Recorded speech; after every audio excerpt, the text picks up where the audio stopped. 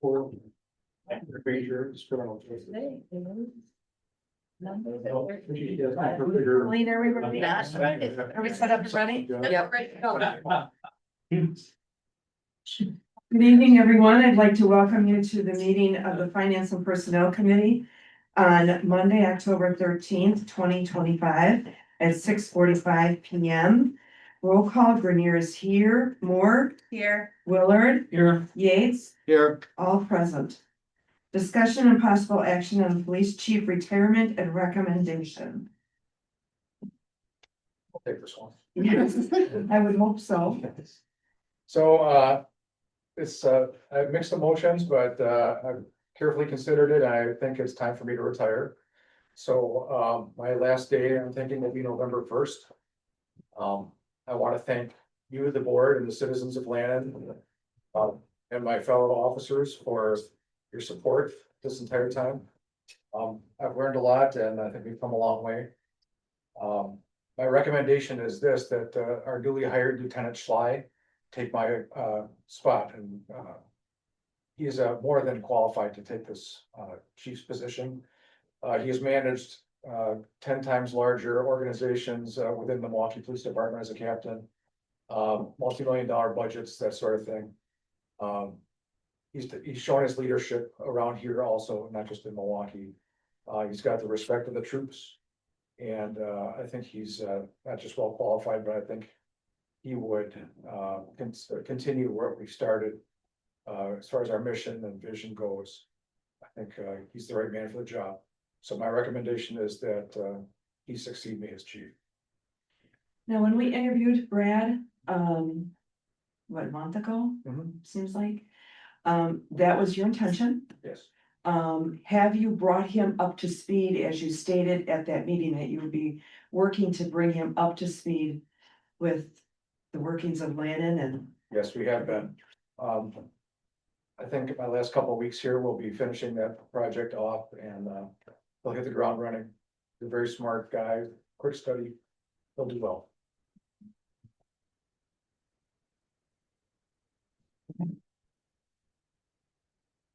Do we need to take any action on this?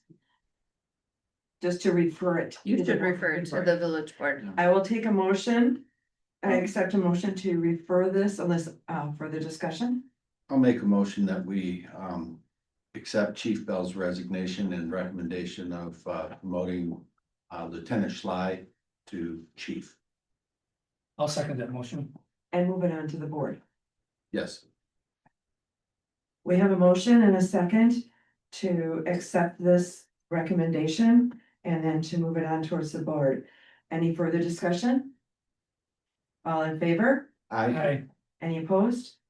Motion carries. Brenda? Okay. We have a couple big payments on the list this month. Those are the TID MRO payments due in October. So we have those on there.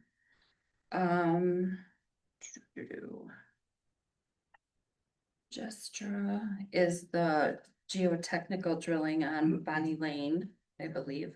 Yep. The J Miller was the pay application that was approved at last month's village board meeting for payment. I checked with Ben and that one was okay to pay. The other one that was contingent was still not ready, so we left that one. Online services is a double month as well as Van Briesen.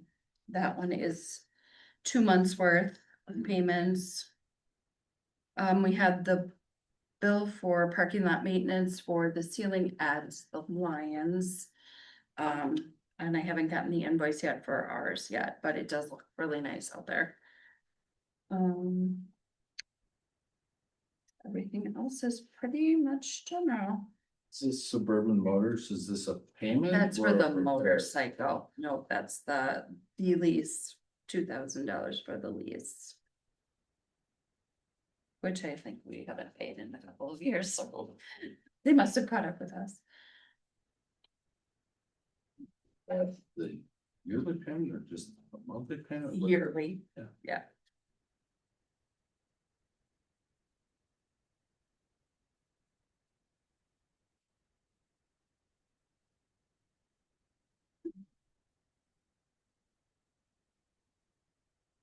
I will accept the motion that we approve the payment of the bills and move it towards the village board for approval.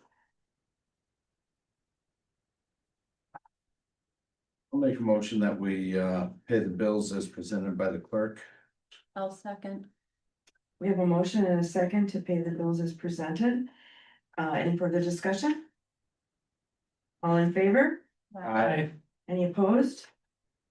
Motion carries. I'll accept a motion to adjourn. I'll make that motion. Second. I have a motion and a second to adjourn, and I don't think there's any further discussion. So all in favor? Aye. Any opposed? No, motion carries. We are adjourned. Bear. 7:15. We're not gonna make that. All right, good evening, everyone. I would like to call the Village of Lannon Village Board meeting to order for Monday, October 13th at 7 p.m. Just a reminder, please silence your cell phones and let's stand for the Pledge of Allegiance. I pledge allegiance to the flag of the United States of America and to the republic for which it stands, one nation, under God, indivisible, with liberty and justice for all. You're gonna sing national. We are recording, right? Yes. Okay. Roll call, Batiste. Present. Grenier, Here. Lake, Here. Moore, Here. Summers, Here. Willard, Here. and Yates is present, all present. And accounted for, Bill Sargent. Statement of public notice. Has been posted. Thank you. Item 5, discussion and possible action on the reading correction. Approval of the minutes from the 9/8/25 village board meeting. Did anyone have any corrections? Otherwise, I had one comment on item 15. The second to last line, it reads that, but this shows there isn't an easement needed. I think it probably should state that there already was an existing easement. That was the only thing I saw. That's fair. Anybody else? Anyone care to make a motion to accept these minutes with the proposed revision? I will move to accept the minutes of the village board meeting from 9/8/2025, noting the accepted, exception in item number 15 as stated by, Mr. Batiste. I will second. The motion is second. Any other discussion? All in favor? Aye. Any opposed? Motion carries. Committee reports, finance and personnel. We'll cover it under number 11 and number 21. Legislative, Nothing unless it comes up in item 16. Parks, Rec and Beautification. I'd like to remind everybody that October 25th from 1 to 5 is Lannon's official trick or treat. And there is a parade at 1 p.m. starting from the elementary school and ending here at Village Hall, where there will be treat bags and activities for those children and adults who want to participate. I also want to mention that it was brought to our attention from Amy at Sunnyside Cemetery that there's a Liberty Tree Project, which is an initiative to plant 250 elm trees before the anniversary, the 250th anniversary of our nation, 7/4/26. The reason that I'm bringing it up now is I'm going to put it on an agenda for next month.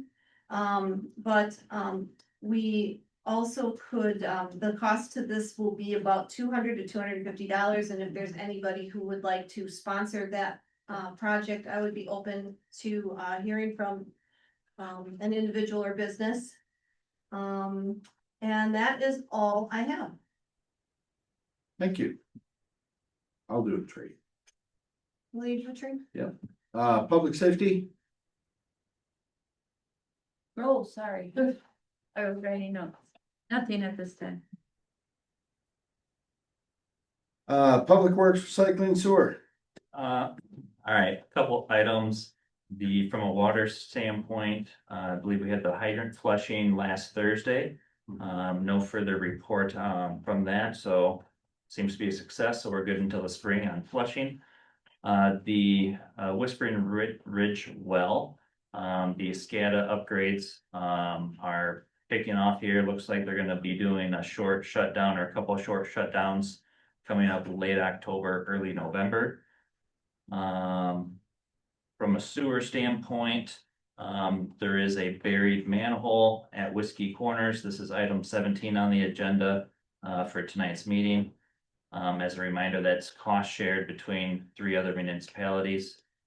For snow removal, we did get the contract rates are the same as last year. I think we'll need to put that on agenda for next month to make it official. From a road standpoint, we did the warranty walk on Good Hope a couple weeks ago. And we did notice the condition of the asphalt as well as I think it was 7 water valves that were not in acceptable condition. Having conversations with Nicole, she's coordinating the repairs out there for that. The contractor agreed to come back and do some corrective work on the asphalt out there to take care of some of the dips that were in the worst condition. We do not have a schedule for that yet, so, but they're trying to get it done before the end of the season, so. Seal coating's been complete, the crosswalk work, has been, approved and signed off on. We do not have a schedule yet for the crosswalk, but as soon as I get some dates, I'll let everybody know.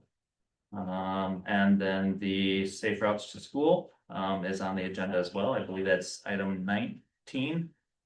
And that is all I have. Thank you, Dan. Corey. Nothing new this month. All right, thank you. All quiet on the Western Front. Department reports, clerk's office.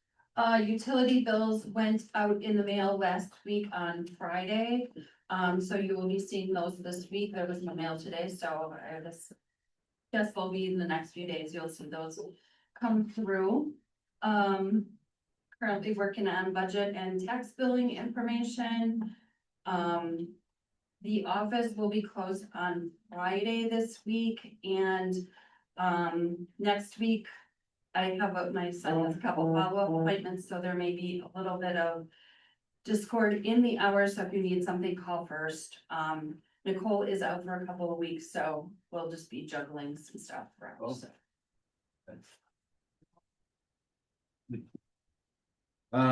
Department reports, police department. The department plans to participate in the annual trunk or treat at the Waukesha County Expo Center. It's Saturday, October 18th from 10 to noon. This event provides children from Lannon and other parts of the county with a safe environment to trick or treat and to meet law enforcement. We're also hosting a semi-annual drug take back day, which is Saturday, October 25th. Here at Village Hall, it's 10 a.m. to 2 p.m. Citizens are encouraged to participate by disposing of unwanted medications here. If you want to do that, but you can't make it on that day, the box is open during business hours for your use. That is all. Yeah, thank you, chief, and we've got our department report in here. Always interesting to read that. Okay, item number 8, response to previous citizens' comments. I don't know that there was anything really that went unanswered. The exception of the mandate or the DNR update, and I think we've established that we're up against that deadline, correct, for the. That's for the stormwater management thing. Yeah, stormwater management plan. Patrick, there were 2 new citizens comments on your desk I left. Yep, and I have some new ones to read in here. I'll read these in and then I'll get to Mr. Summers. I have a citizen comment from Cynthia Grimm. thank you to the people that put out the fall decorations. B, the for sale sign for the property on Good Hope Road is laying in the grass. We cannot sell the property if no one can see the sign. Item C, number 17 on tonight's agenda. Has there been a Public Works Recycling Sewer Committee meeting to discuss this with a recommendation to the village board? Wouldn't this also be covered under the sewer budget? Item 18, she said. 17. So that's the manhole cover. So that's the cost share, that's part of the interceptor obligation. Item D, number 19 on tonight's agenda. I found the web page or site confusing. The bottom of the page says visit us at a community meeting. I haven't seen any dates or venues to attend. Reminder, we haven't maintained any of the sidewalks we have now. There are some in need of repair, which was mentioned the last time sidewalks came up for discussion. 4, add a sidewalk from the corner of Landon Road and Good Hope Road to the elementary school. Number 5, we may need to think about crossing guards during the school year if and when sidewalks get added. Item E, sorry to hear that the trick or treat hours were extended back to 5 p.m. 2 to 4 p.m. worked out nicely last year with the parade at 1 p.m. as usual. That was Mrs. Grimm's comments. Mr. Grimm had some comments. His comment refers to the pedestrian pathways. It would have been easier to comment on the survey if a map showing where path sidewalks are proposed. Sidewalks are required to be cleared of snow. Currently, there is no requirement for paths to be cleared. Sidewalks are concrete, paths are blacktop. So it would be helpful to actually see a map. Currently, there are existing sidewalks in this village in desperate need of repair. Between buckling, cracking, sinking, seems to be a liability problem. When will the village address this? There's a need to work with the county in addressing bug line crossings for safety. Bicycles pop out because brush blocks the sight lines. And what are the regulations for e-bikes? Speed, helmets for youngsters, etc. Will you be writing regulations for the village sidewalks and paths other than bug line? Because there isn't much of a difference between mini bikes, scooters, motorcycles, and e-bikes, other than gas versus electric. So plenty of comments and suggestions there. And then Mr. Summers. 2 comments. The first one, we had to walk for hope and healing. We got flooded out in the morning, still had a pretty good turnout. It was nice to see the support from the community. The second thing I have for people like me, I got this from the fire department. These, I will give Brenda some of these if we need more. Here's a form. You can list your drugs on it, any health issues, put it in the envelope, put it on the front of the fridge or in the fridge. If somebody finds you, they will have a better chance of helping you if they know what your history is. It's something that I picked up at the fire department that I didn't know existed. Yeah, that's pretty cool. Now they have, there's a guy now doing resource work, and some of this stuff that you don't think about until it's too late. And I know for myself that, I got a lot of writing to do. Okay. Is that it? That's it. Okay, thank you. All right, any other public comments? No. Mr. Newman? No, I'd say, make a note that all the citizens are happy. All the citizen is happy. Citizen. Okay, noted. Item number 10. Discussion and possible action on approval of 2024 financial reports presented by Wendy Unger from Baker Tilly. Well, good evening, everyone. You should have in front of you a several page handout that really summarizes the audited financial statements in our communication document. Brenda has both of those documents in hard copies, just hasn't had the time to distribute those, so she will be doing that in the near future. But again, we're gonna go through this, not a lot of surprises in here. We've talked about some of this information during our budget workshops, the last couple, so I'm gonna go through this relatively quickly and at a relatively high level, but please feel free to stop and ask questions if you do have any.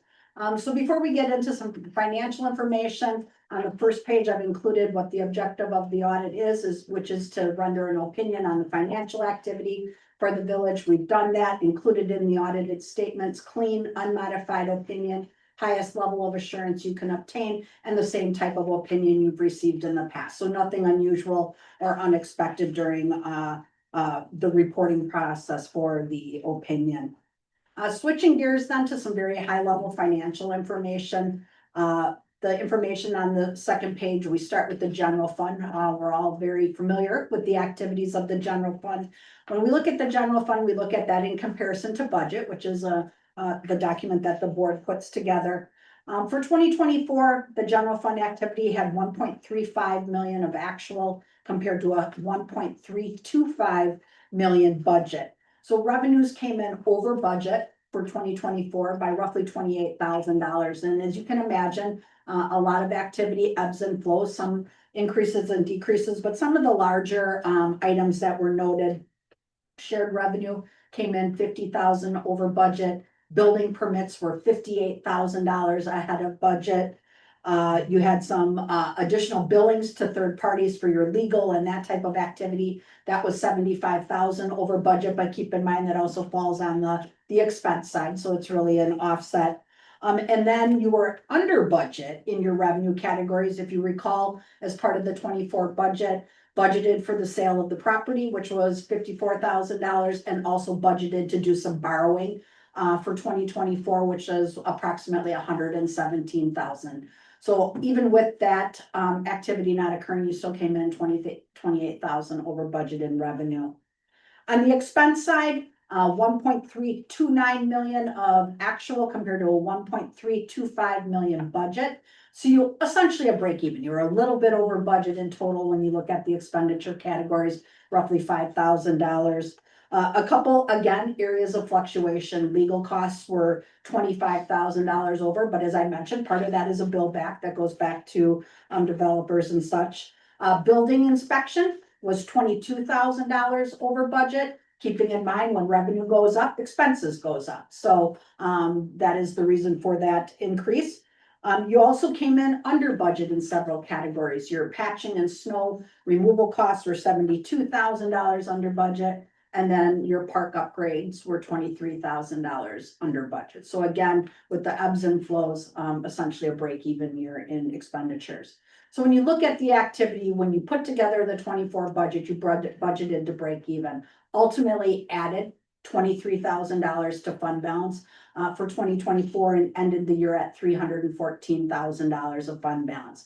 Now that fund balance has a couple different pieces, not all available for offsetting future budget fluctuation. 48,000 is non-spendable. The largest portion of that is the land held for resale that you have sitting on your balance sheet, which is 46,000. There's also some prepaids, or I'm sorry, delinquent personal property that is included in there. That's revenue that's been recognized but hasn't been collected and is more long-term in nature.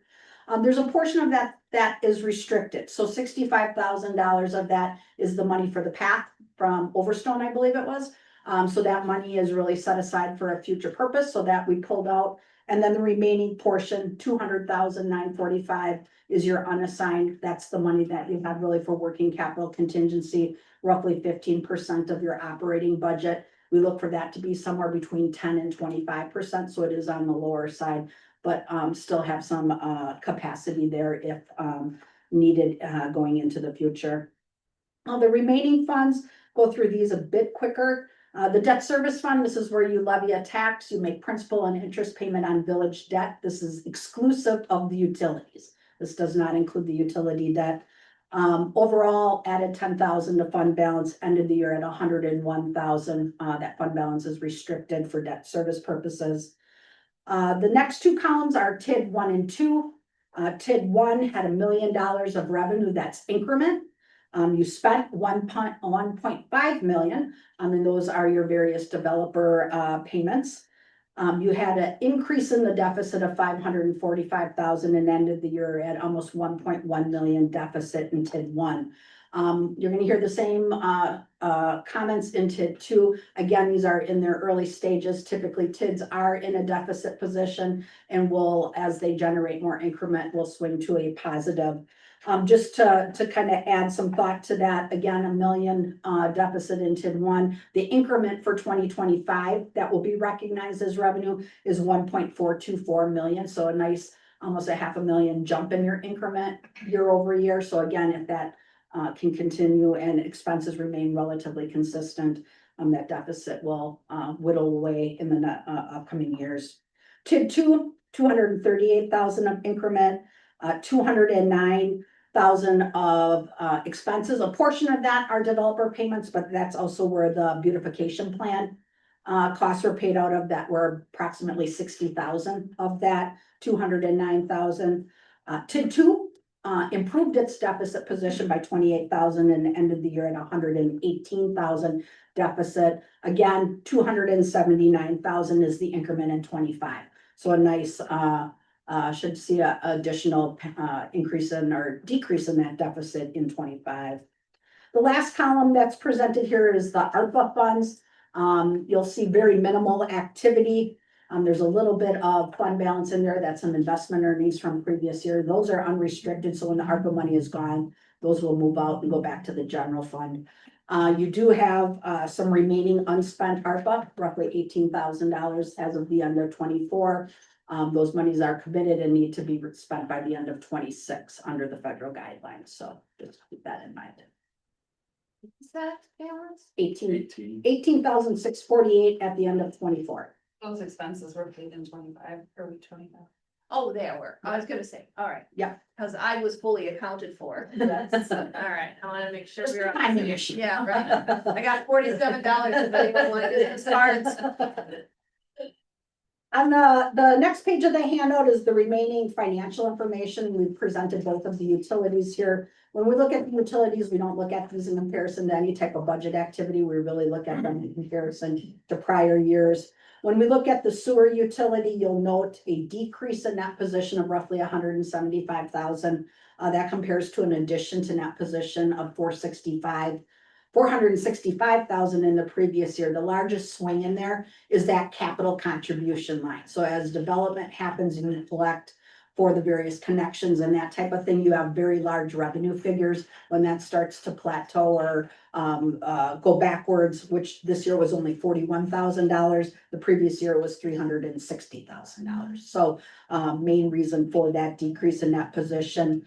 Sewer utility ended the year at 12.5 million in net position. Keep in mind, as I always remind you, this is not fund balance, is not similar to the funds we spoke about previously. This includes all your infrastructure, less any related debt. So it's a very large number because you have, a significant portion of capital asset activity. Of the 12.5 million, the sewer utility used some cash, 162,000, ended the year at 2.88 million of cash. A portion of that is restricted for equipment replacement, $382,000. So again, still a very solid financial position, even with the decrease during the year in cash. The reason for that decrease, the sewer utilities did spend cash on hand of 360,000 on capital activity. Good. Do we know what that was for? Was that for the lift stations? I'd have to look. I Okay. don't have that All right. detail with me, but I'm happy to, I can shoot that over. I assumed it was some sort of capital outlay, Yeah. because it should be operating at a. Yes, and from an operational standpoint, both water and sewer positive cash flow from when you look at charges to customers, less vendor and employee payments, but Sure. did spend more than what they Okay. created there. But I can get that information over to her in the morning. So the value at the bottom is cash on hand or is it asset value? It's assets less liabilities. So again, a good portion of that is assets, but a portion of that is cash, which again, 2.88 million.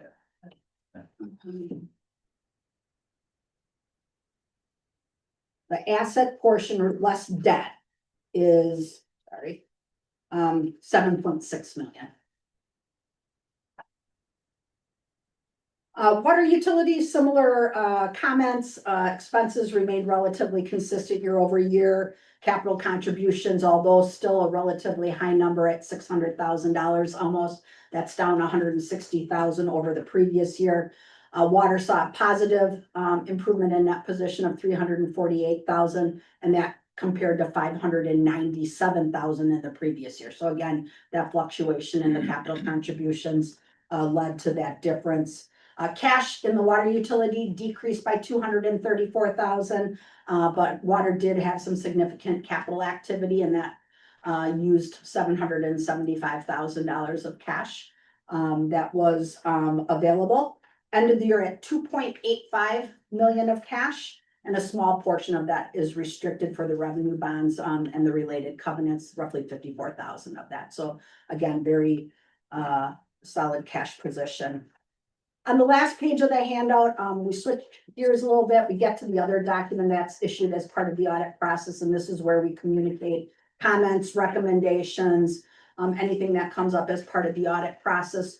We continue to include in that document material weaknesses that are associated with internal controls from the standpoint of lack of segregation of duties. You essentially run the village with 1.5, 2 individuals. You cannot obtain complete segregation of duties in your transaction cycles without having some costs associated with that. We also prepare the audited statements, and we become and prepare and propose some audit adjustments as part of the audit process. All of that is referred to as material weaknesses in your internal controls. None of those are unusual, uncommon, or unexpected for organizations such as the village. In fact, I have many much larger clients that have those same findings. Really, in looking at whether or not to eliminate those, you really need to, again, evaluate the cost benefit of hiring additional individuals to eliminate the segregation. Also included in that report, some other comments and recommendations regarding some IT best practices. We always remind you that there is cash collection that occurs that is not part of the village's internal control structure, which is the court process. So just always reminding you to be overly skeptical when you're looking at data and activity, to just make sure that that looks within reason. And then the last part, I will note there are some required communications in that document, nothing unusual or unexpected in that portion. And there will be a couple new GASBs, or governmental accounting standards, that will be applicable to governmental entities in the upcoming year or two. And we'll definitely make sure we work with management to make sure the village is in a position to implement as necessary. I don't expect them to have, but we'll make sure as the guidance comes out that we evaluate that. They Have won't included, complicated enough already. yes, well, every government is complicated enough. So I have included my email, my phone number. Happy to talk with any of you in more detail, or catch me before a budget workshop or something. Please feel free to just let me know. I'm happy to come a little bit earlier if you want to talk through any of this. But I'm also happy to answer any questions you could have now. In your opinion, is the water utility in a healthy financial position? And would you have ever thought 5 years ago that anything would come? That it wouldn't be a negative? Yeah, No. At that point in time, I did not believe that could happen. Good job, Ben. good job, village. Took a lot of work for a lot of years. Yes, I. You talked about the utility assets. How do you depreciate those assets? So the water utility is depreciated over lives that are assigned by the PSC. So when you go to the PSC, they give you a rate at which those assets have to be depreciated. So it comes as part of your rate studies. So you don't get to pick and choose that. On the sewer side, it's really based on estimated useful lives that are given to us as part of adding those assets based on historical data, management comments, that type of thing. And the range for sewer utility? 50 years, I think, some of those pipes, right? We have a table in here. I'll find it. Utility system, and again, this would be water and sewer, but somewhere between 15 and 60 years, depending on what it is. The infrastructure, obviously longer lives. Pumps and that Sure. type of equipment would obviously have a shorter life. Thank you. Any other questions for Wendy? Thank you very much. Excellent as always. moving on then, item number 11. Discussion and possible action on police chief retirement and recommendation. This was forwarded from the Finance Personnel Committee for if there was possibly anybody that was not here already, but for the recording, chief? Yeah. All right. After careful consideration and 34 years in law enforcement, I believe it's time for me to retire. I want to thank you all for your support and for the support of the citizens of Lannon and my fellow officers. It's been a great privilege working here. I've learned a lot and I thank you again for that. My recommendation is that Lieutenant Schley take over for me. He is a great leader.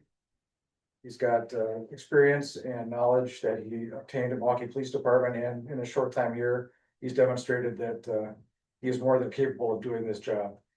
I believe he has as much admiration for the community here as I do. So that is my recommendation. Well, Questions.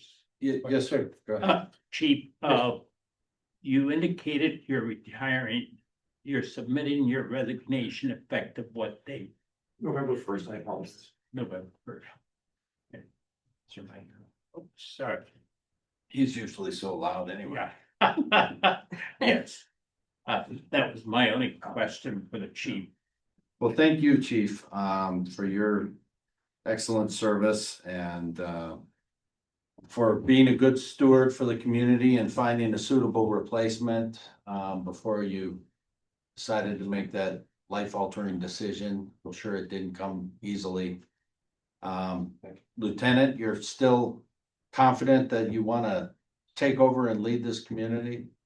I am, and I thank you for the opportunity, and I bought a new house on a handshake, so that's just the type of guy I am. So when I tell you that we're gonna move forward and that the citizens here for the Village of Lannon and working with each and every one of you, as I'm here and the longer I'm here and as I get to know you all, and Brenda and Nicole even, I'm beginning to really see how hard you all work for this, which makes me want to work harder too. So when I give you my word that I'll put 110% in, you better believe that that's going to be the truth. Long way to go, a lot to learn, but entrusting me with the taking over as chief of police for the Village of Lannon Police Department and maintaining what Chief Bell has brought forward and built here is quite an honor. So thank you for that opportunity. Chief, you it wasn't always easy here and you faced a lot of scrutiny and you always handled it with professionalism. So we thank you for that. Thank you. Very much. Thank Appreciate you. it. I'd like to thank both of you. Yeah.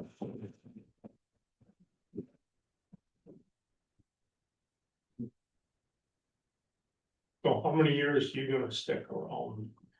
He promised me 10. Did you get it in writing, Patrick? Yeah, I'm pretty sure we shook hands at some point. right.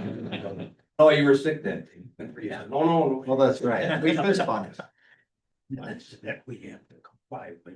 I Okay. can comment on it. Yes, please. If it is the intention of the board to appoint our new chief effective after November 1, I would like to remind you of a section in our ordinances, section 2-212. Appointment of chief, term removal. This is the ordinance. The chief of police shall be appointed by a majority vote of the village board. Such appointment shall be made for a 3-year term, subject to removal pursuant to Wistat 6213 and 61-165. We should Take a vote. take a vote and in the motion indicate the time period. So would anybody like to make a motion that we accept the resignation of Chief Bell and appoint Lieutenant Schley as the new police chief effective November 1 For a period of 3 years. for a period of 3 years? So moved. I second. We have a motion, a second, any need for a roll call vote? No. All in favor? Aye. Any opposed? Motion carries. Congratulations, chief. And chief.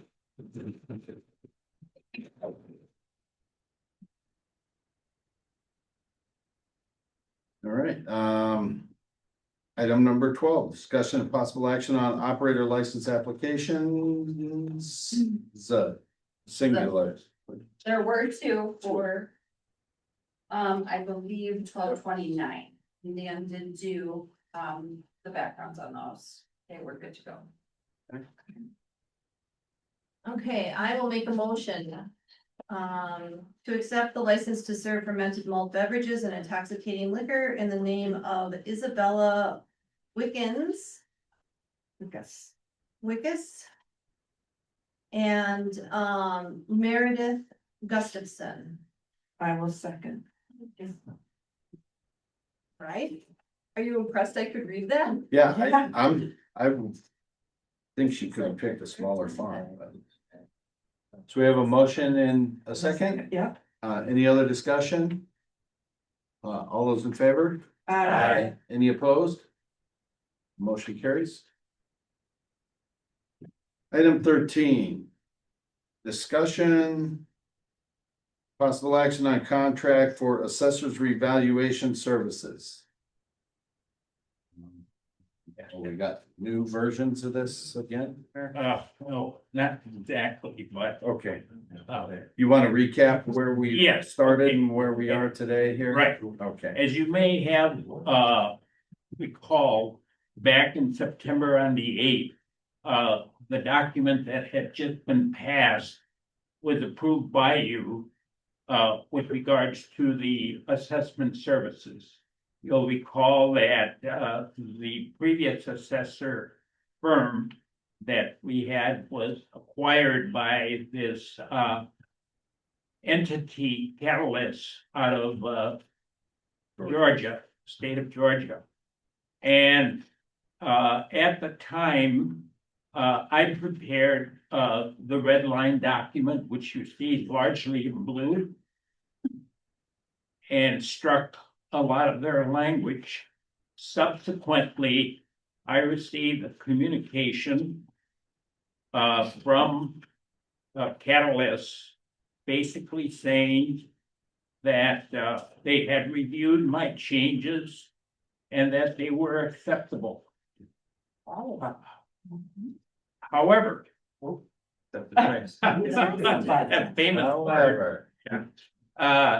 it said, hi Hector, this is Jeff Leone. We received this email, our team reviewed the document and all changes are acceptable. ICC Ramona Kofo, our strategic contract administrator, she will be interacting with you to obtain the execution of a finalized agreement. Well, I never heard from her, but in the meantime, it was clarified that the discussions contemplated the preparation of a market revaluation. And so the same gentleman who said that the changes that I made were acceptable sent a new document.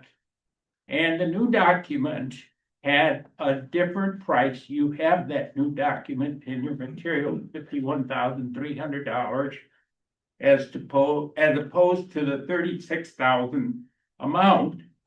And you will remember that I pointed out to you, if you look on page 4, paragraph 8, basically, it reads entire agreement.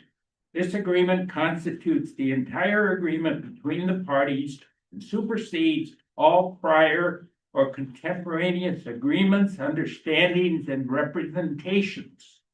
Now, the interesting part about the new contract that they sent was that they made a change on just one page. And the change is, if you look at the first page of your document, 2027 market update revaluation. They did not include any of the changes that were acceptable previously. And troubling is the fact that they don't describe what they're gonna do for the market update revaluation. I'm not discounting the fact that they haven't orally represented that on paper. Over the next 3 years, next year in particular, what exactly is the village going to get for its services? So my recommendation is that you approve this contract subject to the concurrence of the village president and myself to the addition of the language that was accepted when you previously accepted the previous contract, and language that describes in detail what the heck they're going to do. And for our budget numbers, are we carrying the $12,000 per year, or are we carrying the 17,100? 17,100. We are, okay. Yep. Yeah, we already put that in there. And the explanation for that was that they did not have the revaluation amortized over that 3-year contract, is that correct? That's why the number went up. Right. Right. I do have a question though for you, Hector. Sure. And maybe you can clarify this for me. I know that when I've seen other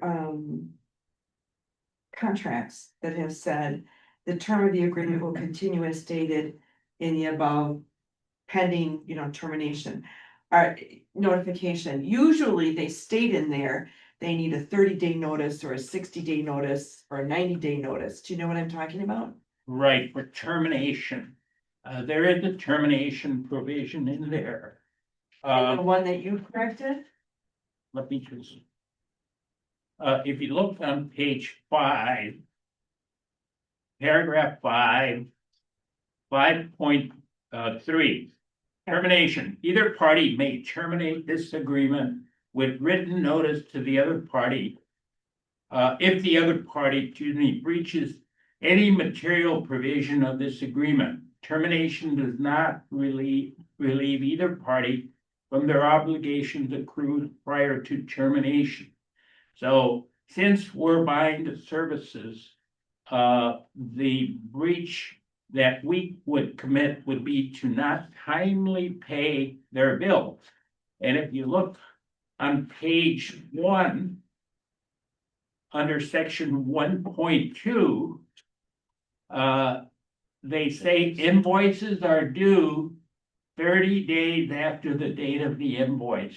So I would draw that to your attention, or else suggest that that be modified to 45 days, because sometimes you just don't hit the cycle that you would like to. Yep. And you already have budgeted the money for that. So does that answer your But does that take care of, a lot of times contracts will read, I need a 60-day notice or it's automatically renewed. Oh, there's no automatic renewal here. There is none. None. Okay. No, we have to, in the last year, at the beginning of the year, actually in the budget process, we should, if they're still on board, because I think they're having a little bit of a problem connecting here. Yeah. And I do know that they have a very capable staff locally that was acquired, but they're not controlling the corporate decisions. So Okay. during your budget process, going back, you should evaluate the level of performance. For that reason, it's important that you understand and can use as a standard for their performance what this market update revaluation is. How much data are they gonna collect? Where are they gonna collect the data from? Is it gonna be shared with you? Those sort of things. Mhm. But you understand what my question was? Yes. Yes. Because that happens so many times. Yeah, we don't want to get into an automatic renewal loop. And that's what I was afraid Yeah. of when I read that. Yeah. that they were doing an automatic renewal group, and it's like, and it doesn't say what has to, so thank you. I would also suggest that we change that to 45 days, just to give us a little bigger window. Is 45 enough? It should be with the time that we should always have a board meeting within 45 days of receiving an invoice. And we're able to process checks immediately after that? Yeah, yeah. I've got a whole stack of them ready to sign already. Efficiency. So the motion that you have requested is that, I make a motion that the village board accept the assessment services agreement as modified by legal counsel, pending modification that invoices shall be due 45 days after the date of the invoice, and satisfaction of legal counsel's requests for acceptance of modifications. And I think that the village board should continue conditionally approve this assessment service agreement, empowering President Yates to do the final execution once legal counsel has been satisfied. Oh, and the village president. And that they describe in adequate detail what the market services will be, market rate services. Right, so then I would amend my motion that in addition to the 45 days, the modifications suggested by council and a detailed representation of what the 2027 market update revaluation will consist of, and the method that they are using for that, empowering President Yates to execute that contract when all of those conditions are met. Wow. We have a rather verbose motion. Do we have a second? I'll second. We have a motion, a second. Any other discussion, questions?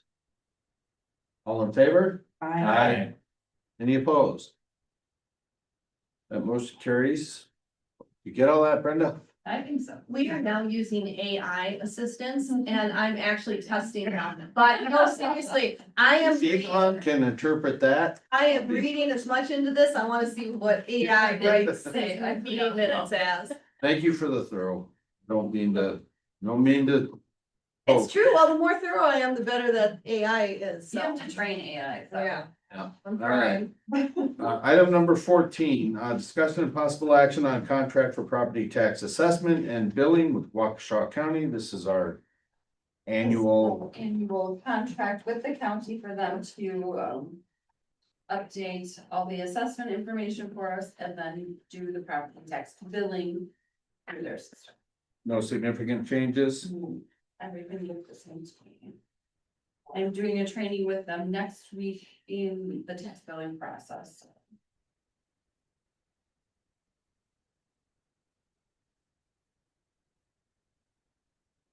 well, I will make a motion that we accept the Waukesha County Data Processing Services Property Tax Assessment and Billing that we have had in the last few years. We have a motion. Do we have a second? I'll second. We have a motion and a second. Any other discussion? All those in favor? I, Any opposed? Motion carries. Item 15, discussion possible action on approval of pay application number 2 for Whispering Ridge and SCADA upgrades. Ben, you want to walk us through this one? Yep, pretty straightforward. So another progress payment. The contractors requested about a total of 86,000 to date. Do this pay application, net 5% retainage would be $37,254.45. The contractor required the appropriate lien waivers for this work. They included a continuation sheet. If you want to see their specific progress on various items, but it looks like they've approached about 15% completion on the project. And then just generally as a status update, they've dug the spot for the pad for the generator. And they're working on, some of the integration panels offsite at shops, etc. So I expect, once this generator gets installed, that a lot of the work will be interior, as we progress. Anybody have any questions for Ben on this? I have one. Yeah, just out of curiosity, what type of a warranty does the system have? If you know. It'll be 1 year from the date of substantial completion.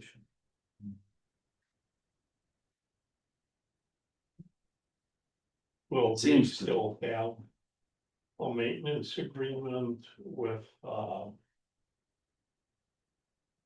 Mid-City. Mid-City? I believe that's an annual thing, so that would be, I don't know how many years in a row that it goes, but I feel like it normally comes up December or January each year. Seems right.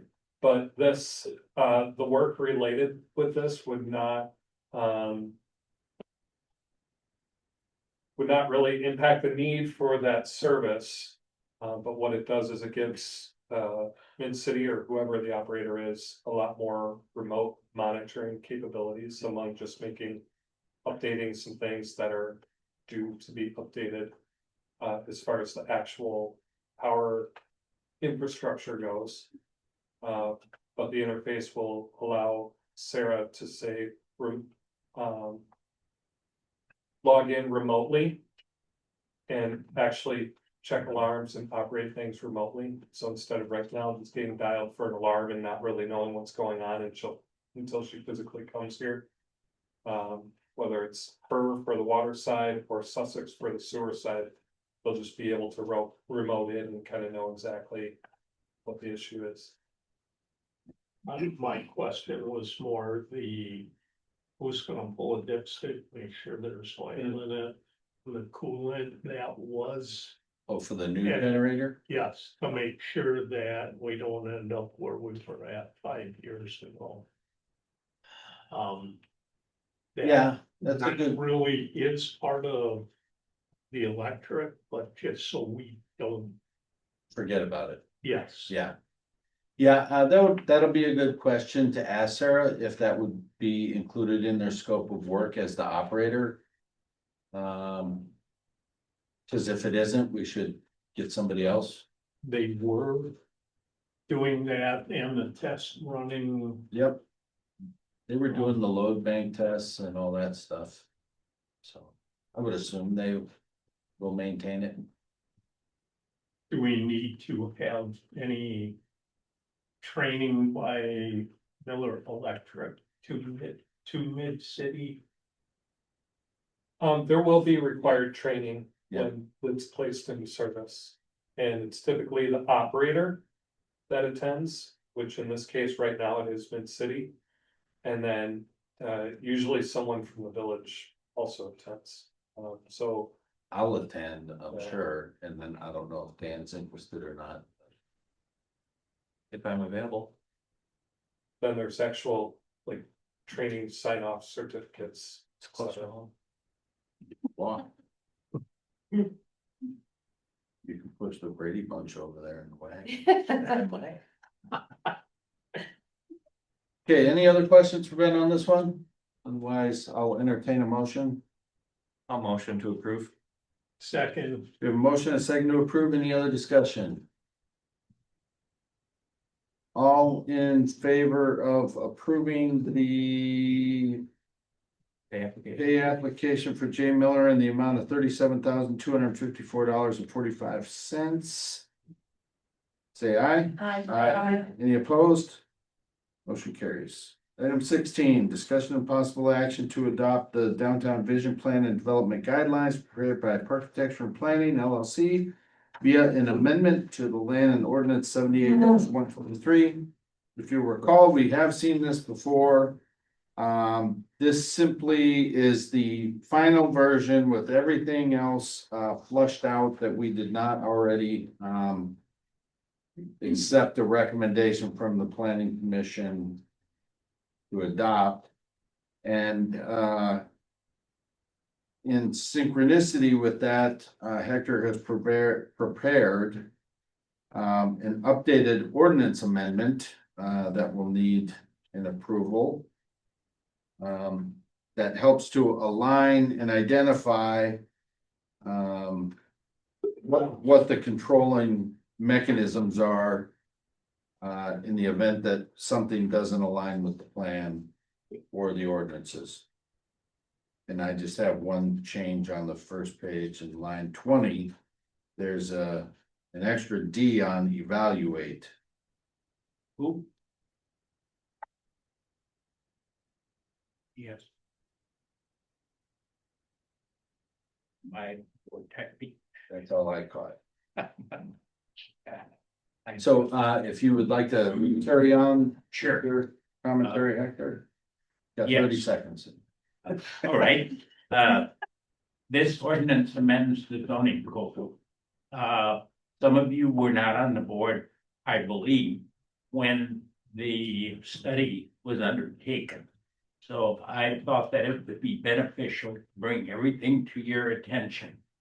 And although the interest is primarily with the downtown area, I am recommending that you adopt the whole plan, because I also built in at the tail end of this document the provision for the waiving of those requirements, so that if anybody, if you look at line 247,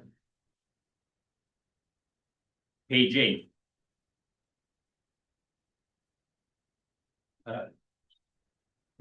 subsection 7, exceptions. The Plan Commission, with the concurrence of the village board, may, in its judgment, waive or modify the provisions of this subsection 78-123 and 78-122. These are two design standards, if you will, or of the guidelines. The guidelines is the document that's been circulated to you in color, where in their respective opinions, such action would further the public interest. So you both have to agree, and anyone coming in to find out what the expectations are, the clerk's office can hand them a copy of the colored brochure and say, have at it.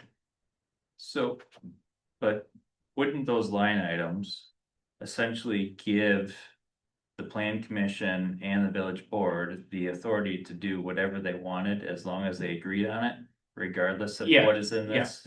Yes, So what's the purpose of having guidelines if we can just do whatever we want? well, not every part of the village is identical.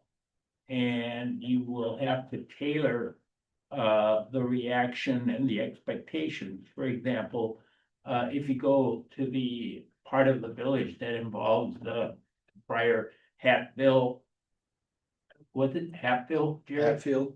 Hatfield. Yeah, village, you have a different housing or architectural environment than you have going further east. So, yes, the fail-safe mechanism is that Plan Commission, which is used to looking at this, can evaluate it. But ultimately, you as the elected officials, it's a representative form of government, have to concur with that proposed change. Now, you'll notice that this language in line 247 through 249 basically is in the ordinances. And what I did was put in a mechanism to make sure that we would not have a unilateral decision by the Plan Commission. Yeah, because this requires concurrence from the village board as well. Yes. So I would agree that it is better to have the village board concurrent with the plan commission, but I guess my question is, what protects the citizens of the village from essentially a rogue plan commission village board that kind of makes a decision to do something and just kind of either go against everything that's been presented? I regret being so curt about it, but the answer is nothing except their confidence in your capabilities and trustworthiness. And that's why people are elected, because these kinds of guidelines cannot anticipate every single situation that comes up. But between the plan commission and the village board, hopefully you can focus in on things that if they don't fit, you can negotiate and work them out. Otherwise, it's a no-go situation and the party can't make the changes. Is that the way other similar size municipalities do it? I guess my question is that the best way to do it? My concern is for the citizens of the community, what protects them? I mean, if I wanted to develop something and I read this document, it would be my assumptions that if I made a presentation that conformed to this, that it would be acceptable. Yes. But this essentially says that if the plan commission doesn't like it and the village board agrees that they don't like it, that they can shoot it down even if it conforms with these standards. Conceivably, but it would be hard to imagine. Or conversely, if I presented something that doesn't conform to it, but I persuaded the plan commission and village board to approve it, even though it doesn't conform, that I could still build it. Yes, because it's a case by case determination based on the facts and circumstances of the situation there. So I guess why even have all of this? Because we have a democratic process, and the democratic process contemplates that human beings will be voted into office and will carry out the oath of office, which is to implement the laws. Now, it's for the election of people who are aligned or not aligned. And I can imagine some individuals running appropriately so, saying, I disagree with the future development of the drainage way that is shown in this plan, because the village doesn't need it or can't afford it or is not ready for it. But we can't look into the future. This is the best that we can do. Now, you asked a very legitimate question. What do all communities do? Well, generally, they all struggle with this kind of future vision, depending on where they find themselves in the scheme of development. The village has gone through a renaissance period where it's been discovered. There is a great deal of interest. And in my opinion, there's a lot of momentum because there is open space here. And the village is ideally situated in a proximate location to other communities, other services like the hospital and shopping areas. And it's now for the village to use this tool to formulate ideas instead of on an ad hoc basis, somebody coming in saying, I want to put this building in this particular location. But it will be a challenge. But that's the way development proceeds. And I actually like this attack because there are such broad generalizations in this. Like, for example, Dan, one of the things it says is the ideal downtown thoroughfare would have parking behind buildings, not in front of them. So if we had a fire which took down the CJM lighting, where the strip mall is, if we didn't have this ability to determine what is best, we would say, well, the only way you can rebuild this is if you bring it up to the frontage and then put your parking behind it. But maybe the circumstance is that the footings are still usable and they could rebuild that building on existing footings and keep the parking in front. We should have the common sense as leaders to assess each individual situation and apply the guidelines based on what makes most sense. You know, maybe that burnt down building would never be redeveloped if we didn't allow them to keep the current positioning. So, you know, I kind of like the idea that if there is a good reason to do something a certain way, that's the way it should be followed rather than adherence to very broad guidelines that were meant as suggestions rather than rote law. You know, I would respectfully disagree with some of that.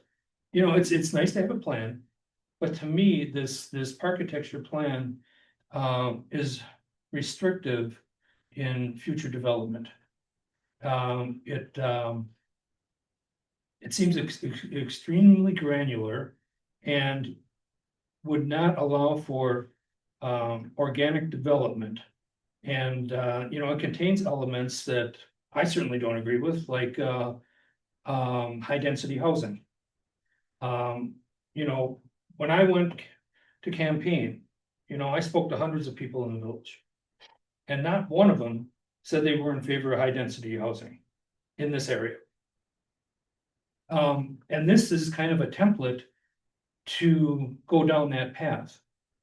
It also is a template for creating retail and commercial space that could be potentially unused, similar to what's happening in Sussex. You know, for 5 years now, there's in the area of the Sussex Library, there's commercial space that absent goat would be completely empty. You know, and that's been 5 years. So, you know, is that the kind of growth we want to promote, just to build buildings, just to have them sit vacant? And then, you know, it looks to me like some of this plan would require the village having to purchase via eminent domain, private property, in the area, surrounding the village hall. How do we get there? Okay, so, you know, there's a proposal to build a new village hall and property that we don't currently own. So all of your objections to the proposed architecture plan are being addressed by Hector by saying, if you don't want to do that and you're in leadership and you have a vote and you're following the democratic process, then you do not have to adhere to this. He's giving you the ability to work outside of the bounds of this document. I want to clarify something here before we get too deep in the weeds here. This is not meant to be like an end all be all. This is what should happen. This is simply a concept of potential redevelopment. It could look entirely different than this. But the bigger picture is for more of the streetscape, the you know, sidewalks, and setting some design standards so that if it does get developed or redeveloped or whatever, it's providing some guardrails for what that might look. And you know, you talk about things like, well, this is Lannon, you know, there should be Lannon stone incorporated into the architectural elements, right? That makes sense. Yeah, I would piggyback on that or jump in, I guess, and say that I do feel that there is an importance to have some type of architectural standards identified in terms of building setbacks, sidewalks, infrastructure, things of that nature. However, when I look at this plan, and if this plan gets brought in as an exhibit to the ordinances, it looks a lot more like an official document versus a high-level concept. My other concern is that, you know, if we're trying to preserve the rural character of the village of Lannon, this doesn't really do that. And I get that this is just a concept of a potential development, but when you bring all this in and make it an exhibit on the ordinances, it's no longer a concept. And my other concerns are, again, with preserving the rural character of the village of Lannon. If this concept or something similar to it came to fruition, what would we do with cars on Main? We had over 900 vehicles here this year when we did that. How would we host that? I mean, essentially with that, Might have to go to the park. Well, there's a lot of road surface here. There's a lot more road surface here than there was. There's a lot of, but again, I'm not saying I support what this picture shows here necessarily as a redevelopment type of thing. then would it, sorry. But other than the picture on the cover, you know, and some of those concepts, I don't know where it says that that's what has to happen. Would it make sense to strip out portions of this and bring in portions of this? Would we focus, I think in the like 38 to 40, somewhere those page numbers identify architectural standards, building sizes, the landscaping. Would it make more sense then to cut the front and back end of this document off, pull out the building standards that we're looking for, and incorporate those standards maybe more so into our ordinances rather than pulling this in as an exhibit? Because to me, this looks like a developer's program that you would hand to a developer that you're trying to get them to sign off as an investment packet. I mean, that's the way it reads. Well, You're looking for an investor to says handle. the purpose of the plan is to inform stakeholders and general public about a possible future for the village of Lannon. It doesn't outline anything. It says that building on we've already done past planning with the comprehensive plan amendment in 2017, and this just builds on it as a possible scenario. Wait, you were gonna make a comment? I agree fully with your suggestion that it would be a more precise amendment if the entire board would sit down and cut and paste and have agreement as to what your shared vision is. However, my assignment was we need to make use of the investment that we made in coming up with this plan previously, so that it doesn't go to waste, and so that others can see in a different form other than the words that you find in 78-123 about all the vegetation and so forth, which I think most people don't bother to look at. But given the reality, I said to myself, I'm not qualified to pick and choose what should be included here. I'm a lawyer, okay? I have my own tastes. They are subjective just as much as everyone else's. But I do need to alert the new members of the board about this because it was an investment, and hence I asked Brenda to circulate the copy. And you don't have to take action if you feel you can trim this or tailor it in a manner that's collectively acceptable. My shortcut for dealing with that, in the absence of your taking the time and having the resources, would be to say, okay, you can remove sections, you can waive sections as someone presents it to you. So you can go in either direction. Yes, sir. I also hastened this agenda item along because one thing that I struggle with, and if you come to plan commission this week, you'll get an example. Right now, the architectural standard for the zoning code must blend in with surrounding buildings.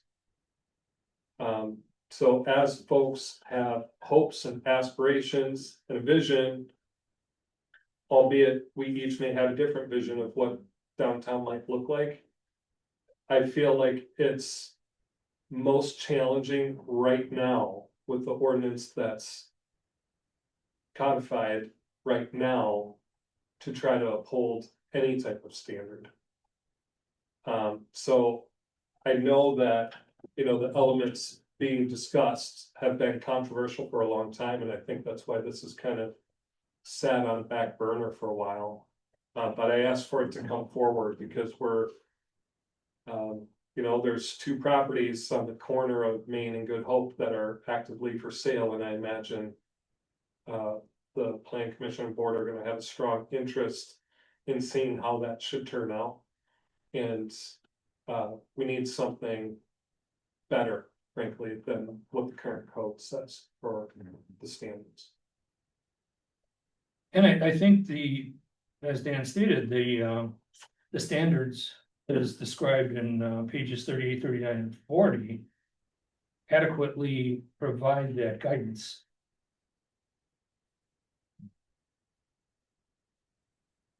Do you feel we need more than that, Ben?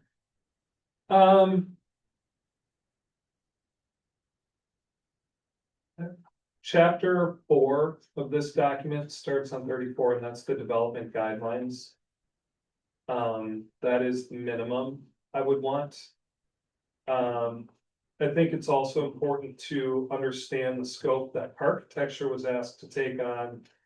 Was to take a look at doing something with the potential pocket park, take a look at doing something with Jake's Park, and take a look at doing something with the, you know, this area that we're in right now. I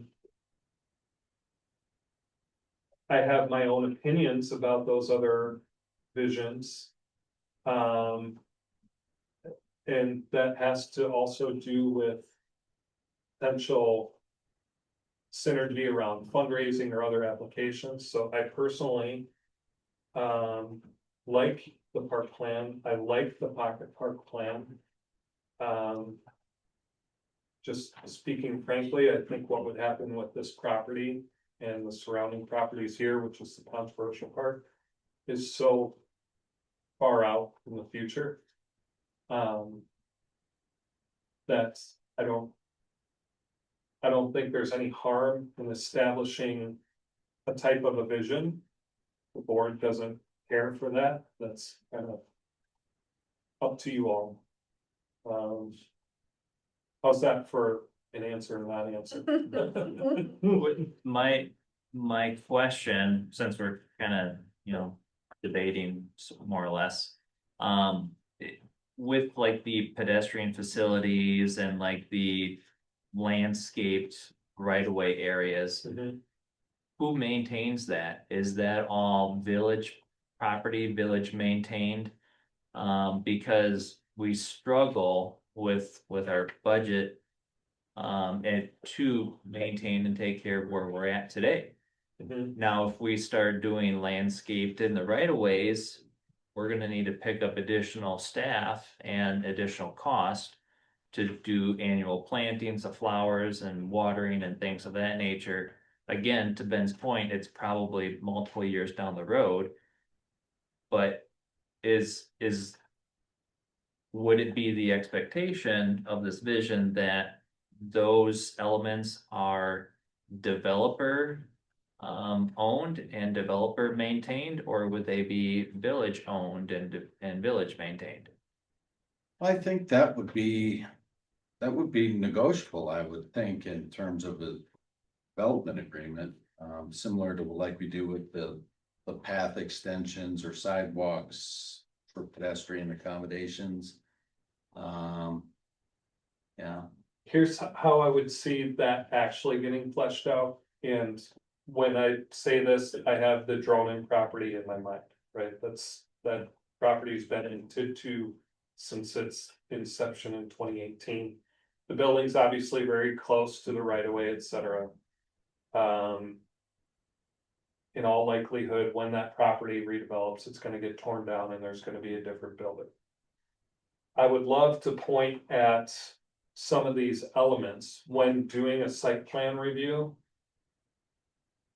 or a plan of operation review and not just say, well, yep, it blends in with the other auto body shops around here, go for it. Mhm.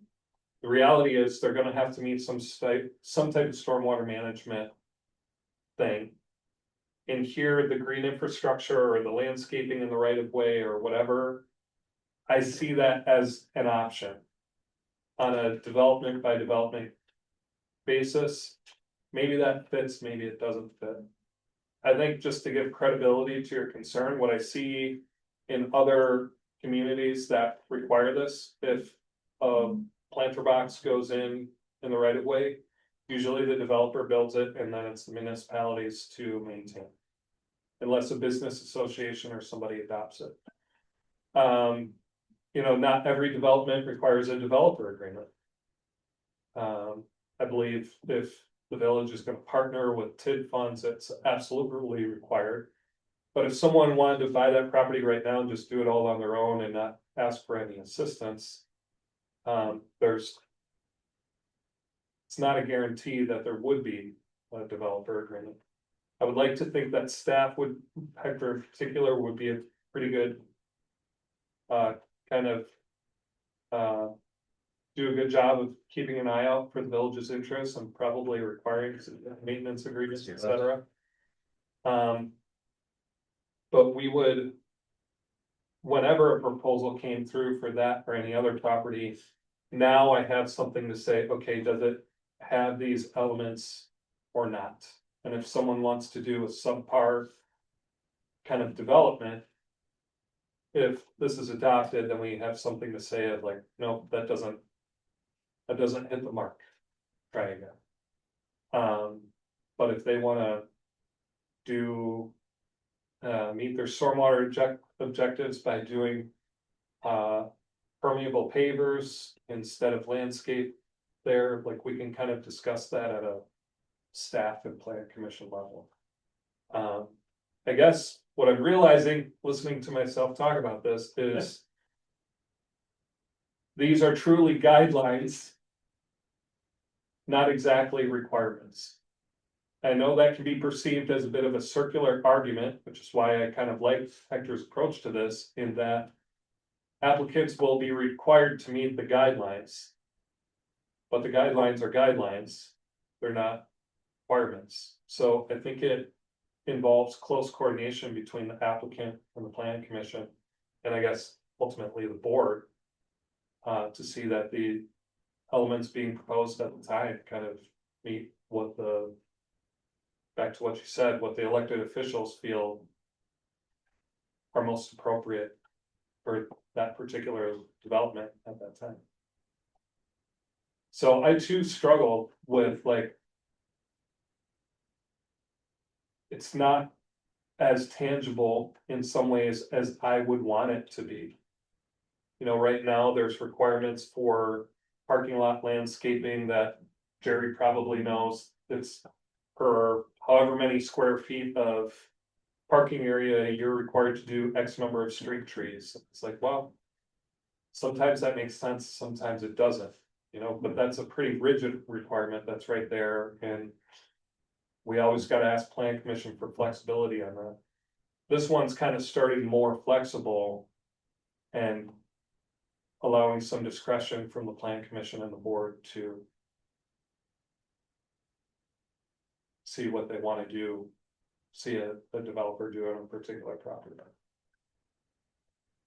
Yes. Just for a point of reference, the process that is incorporated here is not a radically new process.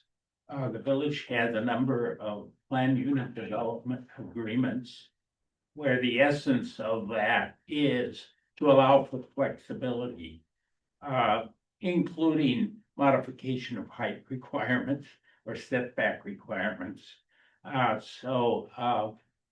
It's something that is a tool that has been around here and has been used by the village.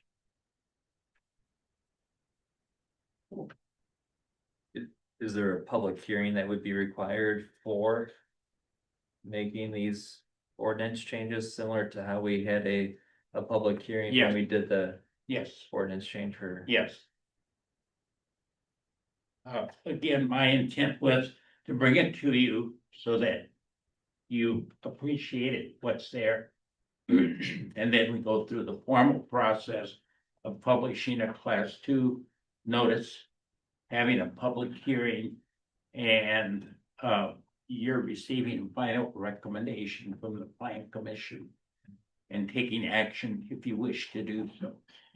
And is there a way, cause it's with the time that that will take, is there a way to tie any potential developments to whatever these become? Or essentially not approve anything until these are, Well, you can Some declare a version of this. moratorium. okay, I think my approach had been not to deal with a particular possible recommendation, but to just set up a process that been lacking, and it lacks in most communities. Because number one, these kinds of documents are not updated regularly. But what the village has is lacking the kind of information or communication that someone has to have in approaching the village or permission to develop.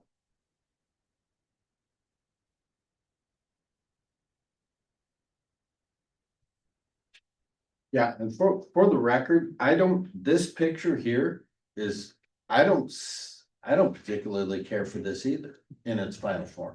So it's not like I'm arguing with the notion. What I do know, though, in addition to all the things that we've discussed, is that we have increased our population significantly. And I think there is a large number of people within our community that would probably like more services and maybe places to go here. This many? No, probably not. I don't see us ever supporting that much here in Lannon. And the argument can easily be made, yeah, well, you've got Sussex over here, you got Menominee Falls over there, and that's not wrong. But should things change, this is what it might look like. And, you know, Jerry had a very similar vision 10 years ago. Yeah. 15. You know, so again, I think a lot of the stuff that's in here can be useful as guidelines. I don't think there's a lot that necessarily ties us into, you know, this vision's plan is really I think the objectionable part, right? Right. mhm, I mean, I don't disagree. Lannon needs some draws. Right. Lannon needs, you know, to be able to draw from other communities, surrounding communities, nice restaurants, whatever. You know, that's what Lannon desperately needs. And if that plan helps us get there, great. But there's a lot of elements of that plan that are, you know, objectionable, so. Like, oh, like from the picture here, like Yes. the well, again, it's just a conceptual idea of what that redevelopment might look like. It could be totally different than this. It might be all housing. Who knows? I don't know. I think the development community is what's gonna drive that. Right? Not us. And you know, it's been called a pipe dream, this whole part of it. And maybe it is. I can't argue that it is. I mean, because quite honestly, it's a ton of money. And I don't know that Hallquist would ever even part with some of these parcels. And you're right, there's a lot of other pieces of property that would have to get acquired. And how are you gonna fund a new village hall? And I mean, there's a ton of obstacles in the way of some of that. But let's not throw out the baby with the bathwater, because there's a lot of other good stuff in here that I think is appropriate and quite frankly, doesn't. Well, I guess if, as long as it can be looked at, that it's not a blueprint No, that, you know, for development, no, not at all. that is, so. I don't see it that way at all, to be honest. I mean, to me, that's the bigger concern is basically everything outside of that area you're talking about. That was the goal, was really to set, to Ben's point, some of the important stuff that you've highlighted with the building forms and facades, but also how are we gonna deal with the pedestrian stuff? And now a lot of that we're getting to now with the DOT and the pedestrian and bike plan. So that was like, that's kind of falling into place, right? With where we were trying to go with this, and that's to at least define where things can go forward in the village to make this a better, nicer community. And I think you and I have heard, at least from our community, these are the types of things people are asking for here. I don't know what the sentiment is down in Whispering Ridge and down near your neighborhood, Dan, but I know a lot of the condominium residents felt the same way.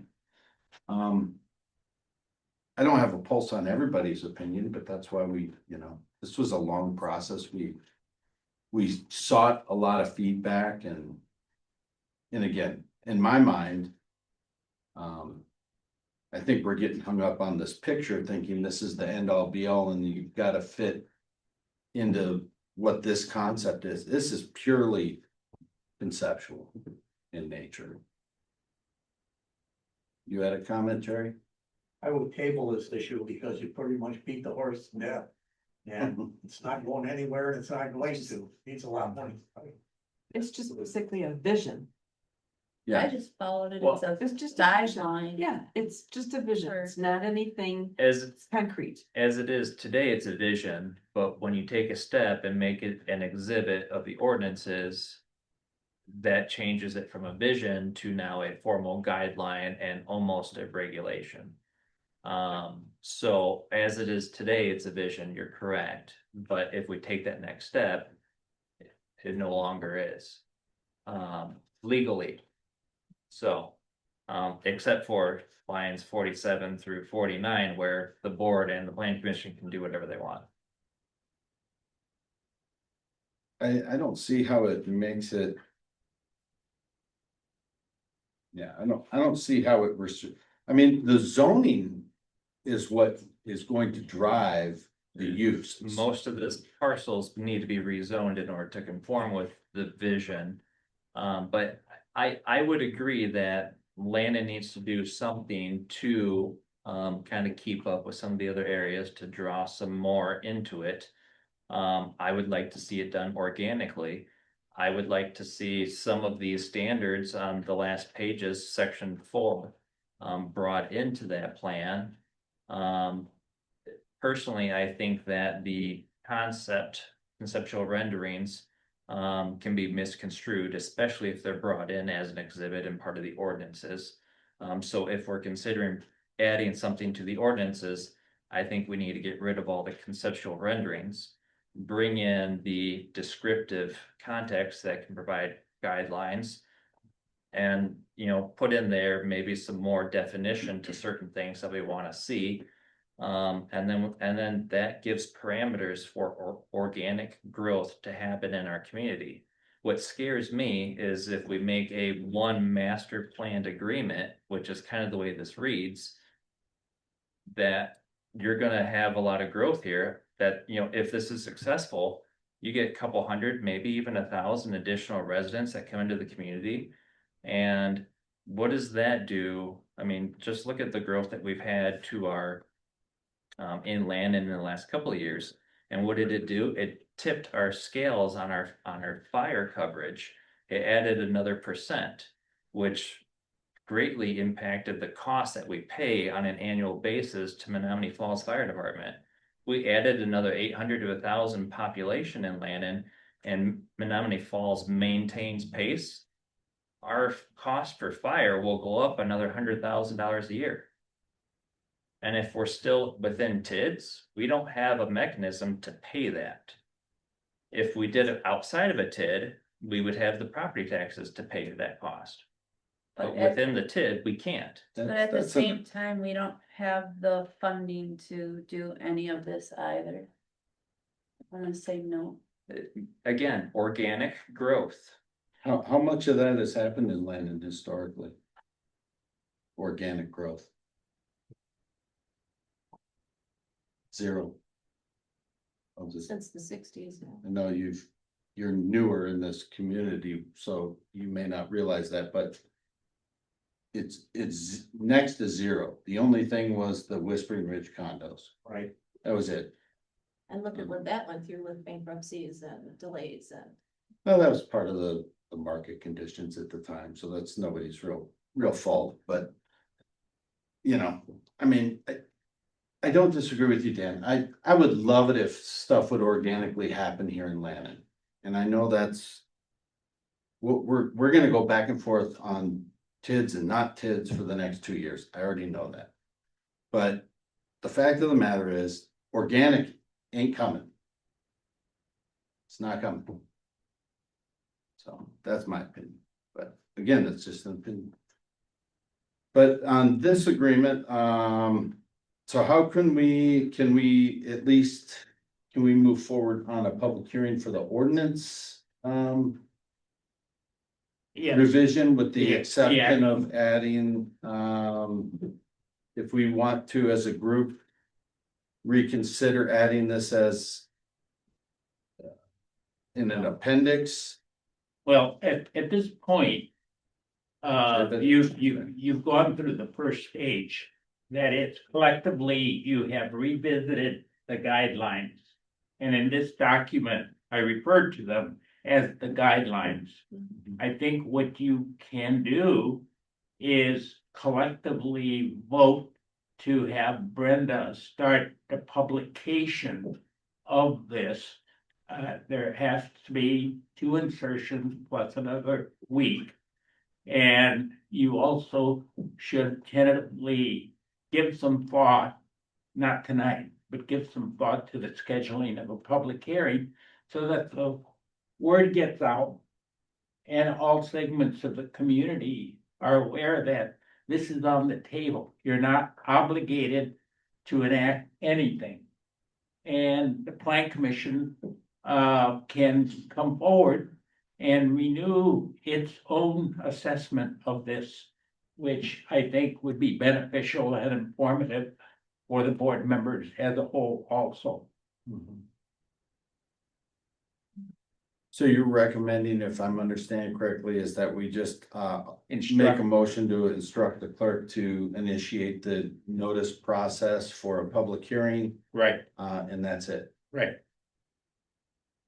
All right, and then later select a date. So moved. And we have, seconded. we have a motion, a second. Any other discussion? Okay, all in favor? Aye. Any opposed?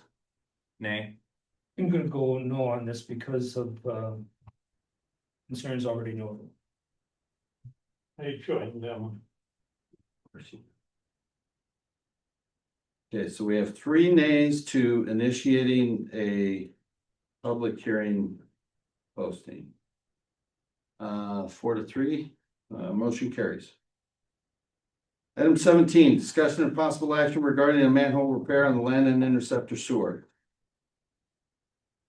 Dan alluded to this in his comments, but during the televising that happened earlier this spring and summer, an old. Well, it was discovered that one of these manholes shown by the orange barrel in this picture here was buried. The other one that was found was near Bella Vista. There's a developer still there, so they were pretty responsive in getting that one corrected by taking off the top section, raising it, putting the new lid back on. So a similar fix has to be done here, in an easement outside of the right of way, but near the Whiskey Corners parking lot. I'm just taking a guess as to what the cost of the repair will be, and that's on the order of $35,000. I look at that and frankly, it could be more. But what we would like to do is start soliciting quotes for that, and if a favorable quote is received, that the board would authorize the village president, could be Dan also, to enter into a contract with someone to move forward with that repair. And if for some reason favorable quote cannot be received, we bring it back next month. I believe the intent was to reach out to the same on-call contractors that Sussex uses. Which includes Mid-City among others. Ben, is there any liability to the people who may have done the construction of the parking lot to rectify this? I mean, if I bury it, would I have to pay to dig it up? I'm not an attorney, but I believe the evidence is circumstantial. I think it's interesting, but the reality is the historic aerial photos show this would have been buried within the first couple of years after the line was constructed. That's over 15 years ago. It's hard to say if it slowly crept in over time or if it was done all at once in an acute incident, etc. So no, I don't think my opinion is it's not reasonable to try to go after the property owner for anything. Just seems like such a large amount too. Yeah, It seems kind of excessive to dig it up and add a collar and. Yeah, it's not just adding a collar, so, to get into the details of the manholes, they have barrel sections, they have a cone section that makes it down to the width of the manhole cover. And then they have adjuster rings. Yeah. Every joint between every adjuster ring is a spot for, inflow and infiltration, or I9, to kind of come in, which causes other problems. So whereas contractors, including Bella Vista, suggested, well, there's already 5 adjusting rings on there, let us just add 8 more and we'll be fine. No, we're gonna take all those adjusting rings off, pull out the cone section, add a 12-inch or 18-inch barrel section, put the cone back on. Okay. And try to minimize the number of adjuster rings at the top to minimize all of that. So Understood. the cheaper fix is certainly an option, but to Wendy's point, with how long these things are intended to last, and in my opinion, since there's kind of money available and there's more communities cost sharing, I think I'd recommend kind of doing it right, so to speak. Okay, thank you for that. Educating me. Yes, Hector. Do I understand correctly that the parking lot area was raised and the property owner has accepted responsibility for that? No, so when it was brought to our attention that this manhole was buried, I went and looked through historic aerial photos to see, to try to approximate when this would have been buried. And what I noted is that in 1995, there was an aerial photo that showed the Whiskey Corners parking lot was gravel.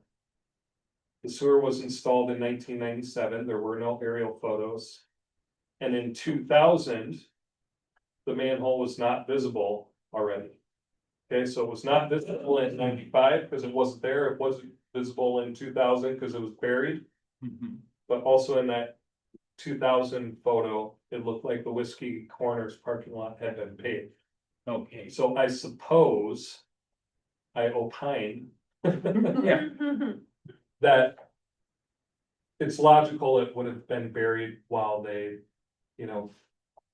added material on top of the aggregate to pave it, and then they probably just added topsoil or whatever all around. Right. Has anybody spoken to the owner? No. Does this line service just that business or? No, that's a great question. This is on the interceptor. 100% of the flow from the village of Lannon goes through this pipe and through this manhole. Okay. Well, my recommendation would be that you consider the request seriously and vote however, but if you do approve the recommendation, that you make it contingent on a discussion with the property owner. After examining when they took occupancy, because it's not likely that the village paved it, the parking lot. Correct. And this is actually, just to interject real quick, this manhole is located in Menominee Falls. oh, But the still infrastructure. within the property of this business. Correct. Okay. So I another think- wrinkle there is the village of Lannon would have had. If permits were obtained, if there was any building inspector involvement, any of that, that would have been outside of Lannon's purview. Oh, Shorthand for somebody else's negligence, unfortunately. You're paying a portion of it, yeah. mhm.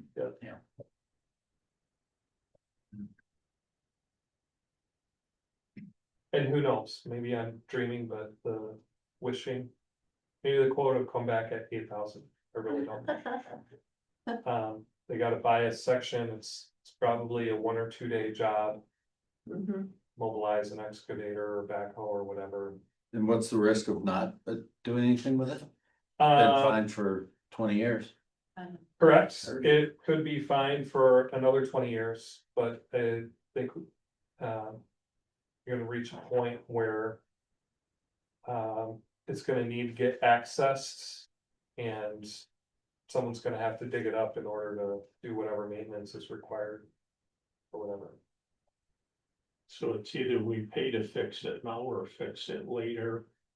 Right. And it's serious enough that, I walked in the door the day after the televised and it's like, boy, you gotta leave. So again, this is all something that our intention would be, once we get the quotes, to discuss them with Dan. Obviously, Patrick has signing authority here, and if it's favorable, the intent here is that. The board would kind of pre-authorize the two of you to kind of work through that. And if it's not, we'd bring it back to board next month. And this will come out of the sewer budget, Sewer fund, and then Sewer it's fund. cost shared between all of Right. them. but our portion will come out of the sewer fund. Jerry, We've had problems along this line with I. Yep. And a lot of I comes in around the pipe going into the manhole. So it really needs to be inspected besides raised. And if we acknowledge that there's a problem now, and we kick the can down the road and then there's an emergency, then we look like. Yeah. Plus we can charge for all the I too. Yeah. We're paying for that every month. yeah, Everyone. All right, well, I will make a motion, that we authorize, our chairman of public works and our village president to authorize, the approval of, the bidding process to, repair this manhole that was brought to our attention in item number 17. we have a motion, do we have a second? I second. Motion and a second, any other discussion? The only other discussion I would have is what kind of, since this is Whiskey Corners parking lot. What kind of damage will be done to that? Will they have to pay for some of that? No. We'll need access. Repair the parking lot. This one. Nope. Okay, any other discussion? Would it be appropriate to amend the motion to have a not to exceed amount? Yeah, Have to do it regardless. Yeah, well, To what end? Ben recommends 35 would be the top end, worst case scenario, right, Ben? Should I amend my motion? Yeah. To include a not to exceed number of 35,000, and it would be a bid situation where we would probably accept the lowest qualified bid. I'll second the amended motion. Yeah, if it's under 25,000. You don't have to take the lowest bid, Okay. for what it's worth. All right, so we have an amended motion and an amended second, Yes. the discussion. All those in favor? Aye. Any opposed? Any motion carries. Item 18, discussion of possible action regarding reconstruction of Bounty Lane. You again, Ben. I could start this one or Dan could start this one. Yeah. I'll take a crack at starting it and then defer over to you for more accurate information perhaps. So the reconstruction of Bonnie Lane has come up multiple times. It's in poor shape, especially the eastern side of Bonnie Lane. The western side is probably acceptable at this point, but primarily the eastern side of it is in bad condition. As I've learned in my tenure here, that the plan has been to reconstruct Bonnie Lane in conjunction with the upgrade of water utilities through that. Makes sense certainly to do it in that order rather than trying to repave the road prior to. And so we authorized Strain to do some geotech a couple of months ago. That has occurred. The next step here is to move forward with the reconstruction of it. So essentially that's what we're discussing here is whether or not to move forward with it. The budget here has been identified as roughly $1.6 million to reconstruct Bonnie Lane. That is including the water utilities service that would be put in, the new subgrade and the new asphalt. And it's split 1.3 million for construction and 300 for engineering services. What is new information that I've learned in the last maybe week or two is I was always under the knowledge or assumption, I guess it was communicated that that was a TID eligible enhancement. But what I've learned and or maybe has been better clarified is that it is not entirely TID eligible. The village would bear a portion of that expense. And it's broken down essentially, maybe Ben can speak to this better. But the water line installation and subgrade and associated asphalt work would be considered covered by the TID, and then the parameters of that or the road enhancements beyond that scope would fall to the village to pay for. Ben's assessment that is that is a 90-10 split, 90% TID, 10% village eligible expense. So that is kind of new information to myself and probably several others in the last week or so. So I guess from my perspective, we talked about moving forward with this next year or kind of moving forward with the planning of it sooner than that so we could do the construction next year. But coming out of our budget workshops, I don't know where we pulled the 10% from. So that's where I will stop talking and listen to other people. Oh, sure, right up to the cliff and then he stops. I'll just add one thing. Dan, thank you for prodding on seeking verification for this being a TID plan. I have to confess, it was a surprise to me also that 100% of this was not explicitly in the TID plan.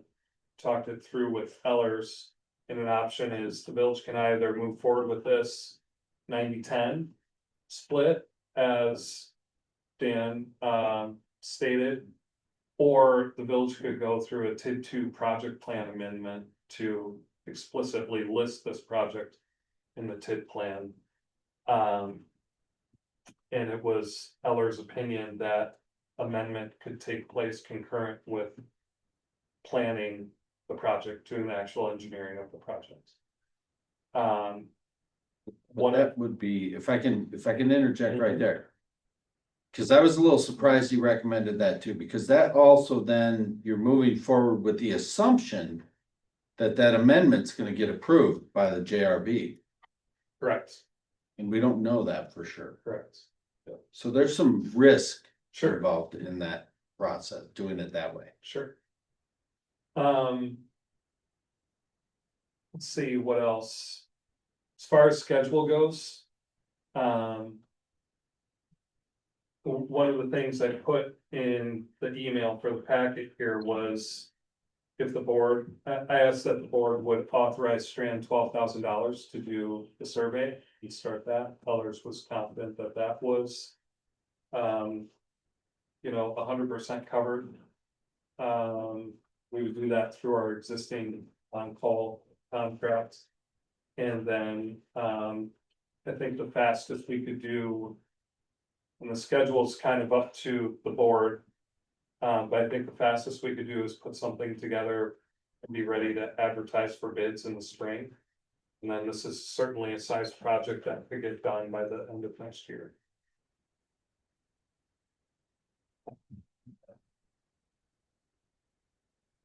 So the immediate ask is to do $12,000 for the survey work. That would be sourced or funded through the TID. And then we wouldn't need to make another decision on whether to go or not go until. I guess the question is do we want to have a joint review board meeting and discuss whether we should bring this in to cover 100% versus 90-10? Or do we then have a discussion at the next budget workshop on if there's a way to fund the 10% and move forward with it now? Or do we delay it until we have the 10%? We could come up with a couple more options too, if you need more. The question I have, it is listed in Heller's report that Bonnie Lane reconstruction is a TID 2 project. So it was already listed in their plan. So it was always in the capital improvement plan, yeah, but I think, do they have it listed as general fund / TID 2? They do. There you General go. / TID 2. Share. Yep, Yeah, I screenshot that and sent it to them. Yeah. That's when they corrected me. well, no, I mean, you were correct in that a portion of it would be funded by the general fund. So, and that was always their projection, so.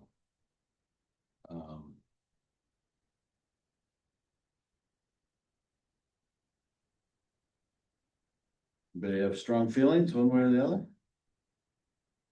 Okay, well, what about? A lot of this, reconstruction project of the road is related to, laying a water main. To extending the water main. I think real quick, the driver for the timing is, as Dan said, that east portion of Bonnie Lane is just failed, I would say. Understood. And- But when will we need this water main?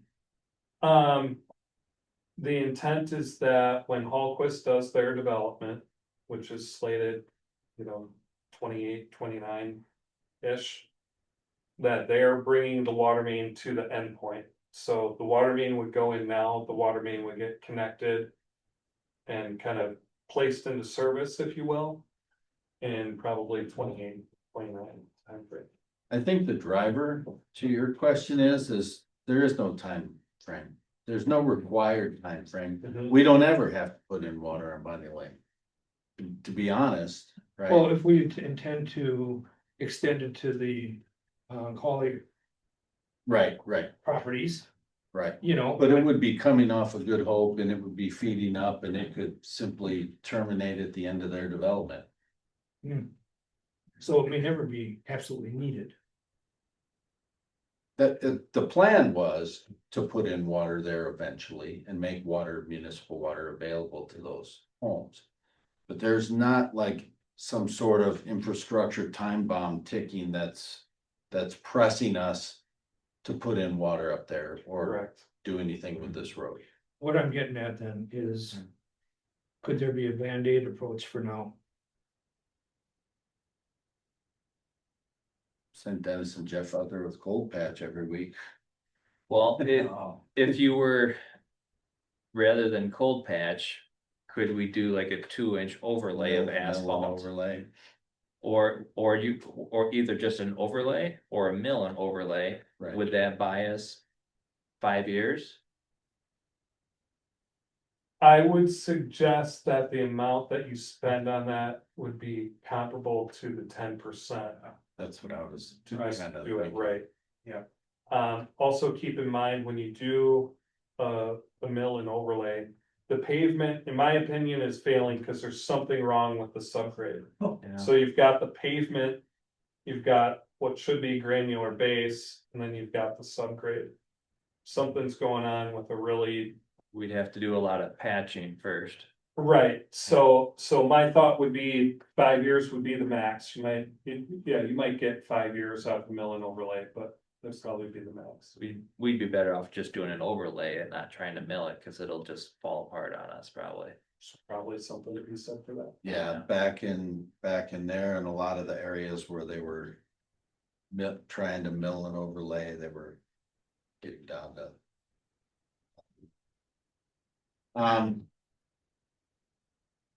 Yeah, I mean, the two realistic options in my head are you do a borrowing or you put it off. Yeah, when we were in budget, I think we were also talking about the Birchwood culvert and the Becker Court. And we were talking about having to borrow for those too, like, just. Yeah.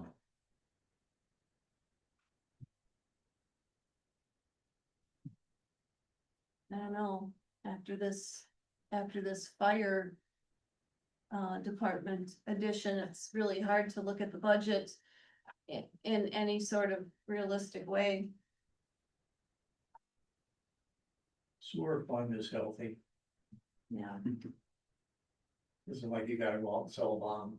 Are you saying that there's a sewer line that's in bad shape on Oh. Bonnie Lane? No, But there could be. Always borrow Down from to sewer it. to paper water. Yeah, we can self-finance. I Yeah. mean, Not like you gotta just sell bonds. That's what you wanna avoid. well, and to be fair, after Wendy's report, it sounds like the water fund could almost, the water utility, but that PSC is not. No, No. yeah. No. Never mind. Yes, Yeah, I had a moment of insanity there.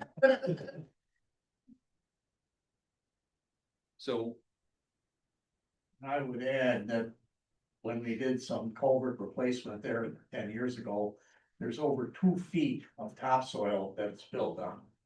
And what happens is in the winter time with all the water, it freezes, it goes up. And It's small, causes that freeze stuff. up. So even a mill and overlay, it's gonna deteriorate.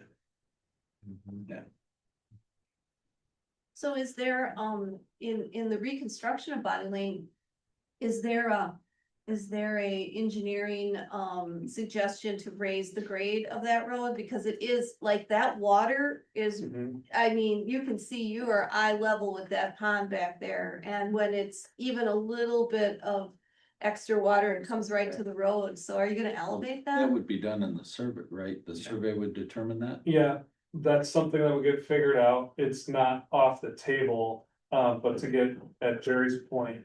You would actually go down and you would take out that topsoil under there, you'd go granular all the way.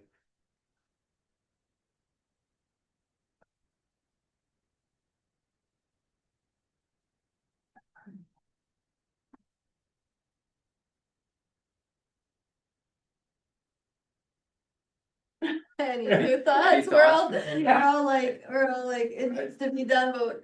Well, I mean, I think I think there's we should- certainly no harm in having the survey done. I don't know that we're under the gun to make any definitive decisions necessarily on anything beyond that today. Okay. My suspicion is that. Or my hunch or opinion is that we. Do a borrowing and get it done. It's- Well, for the bare minimum at this point, I will make a motion that the board authorizes Strand to spend not to exceed $12,000 to conduct the topographic survey of the project corridor for the Bonnie Lane reconstruction project. Is that gonna get it or is that gonna cut it too tight at 12,000? No, that'll do. Okay. and if the reconstruction is deferred for 3 to 5 years, your data points are still usable? That is a good point. I would suggest no. I think realistically, if you're not gonna build it next year, then we should probably hold off on survey, which. don't get me wrong, like it's not looking like we're gonna have snow cover between now and the next board meeting, so if we need, we can simply just hold off on survey until board has a chance to look at it further. Discuss it further. Table until after the next budget workshop. Possible. We have a motion on the floor, though. Do we have a second? Okay, hearing none, then the motion fails. Okay, do we have any other motion put forward? I make a motion that we table this, agenda item till next month. Do we have a second? I'll second. We have a motion and a second to table item number 18 until next month's meeting. Any other discussion? All in favor? Aye. Any opposed? Motion carries. Item number 19, discussion of possible action regarding recommended pedestrian path improvements, including a resolution to apply for the Wistock grant funding related to design and construction of certain pedestrian paths. May take a minute, please, Patrick. Yes, sir. We'll do a 5-minute recess.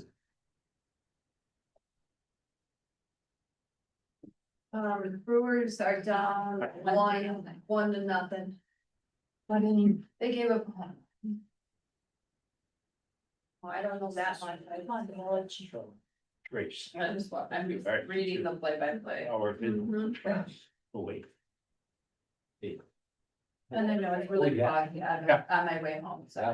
And he texted me, it's really foggy out there. Yeah, it it started started foggy, foggy, but it started wasn't really, I was like, it's foggy. It got really, she said it was really bad. Heavy A light. little bit. Fences.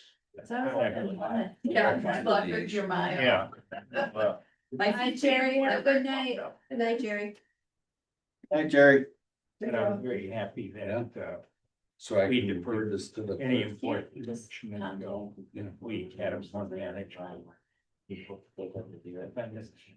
And incorrigible state. That's what they were talking about, is we could borrow, we could borrow from ourselves. Did you type this? No. No, I think. I don't know. Oh, I see, yeah, right. The problem is our levies never gonna increase, you know. Dyslexia. Oh. Dyslexia.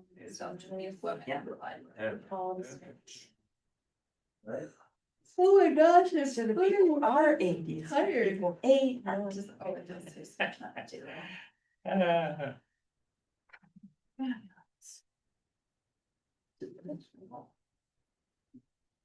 Right. He struck a pen. What's that? Good Hope Road. Yeah. I thought that the board, I go down it discussion. at least 2 or 3 times a week. What are you doing? And there are different, different expectations. Some people want planet to be a place other than something. Did you go to the meat raffle? Didn't, Yeah. I was gonna try to make it there that day. Be a draw. Yeah. Well, we still both. Yeah, something besides the annual car show. Being brought. Yeah, yeah. At Dobbers, you know, I gotta, you know, I gotta tell Leanne Community. I can send that text message out, you know, stuff like that, or. You. I know, and they have them at Dobbers and at the Cardinal Club all the time. Okay, let's reconvene here. Million. Now they're having.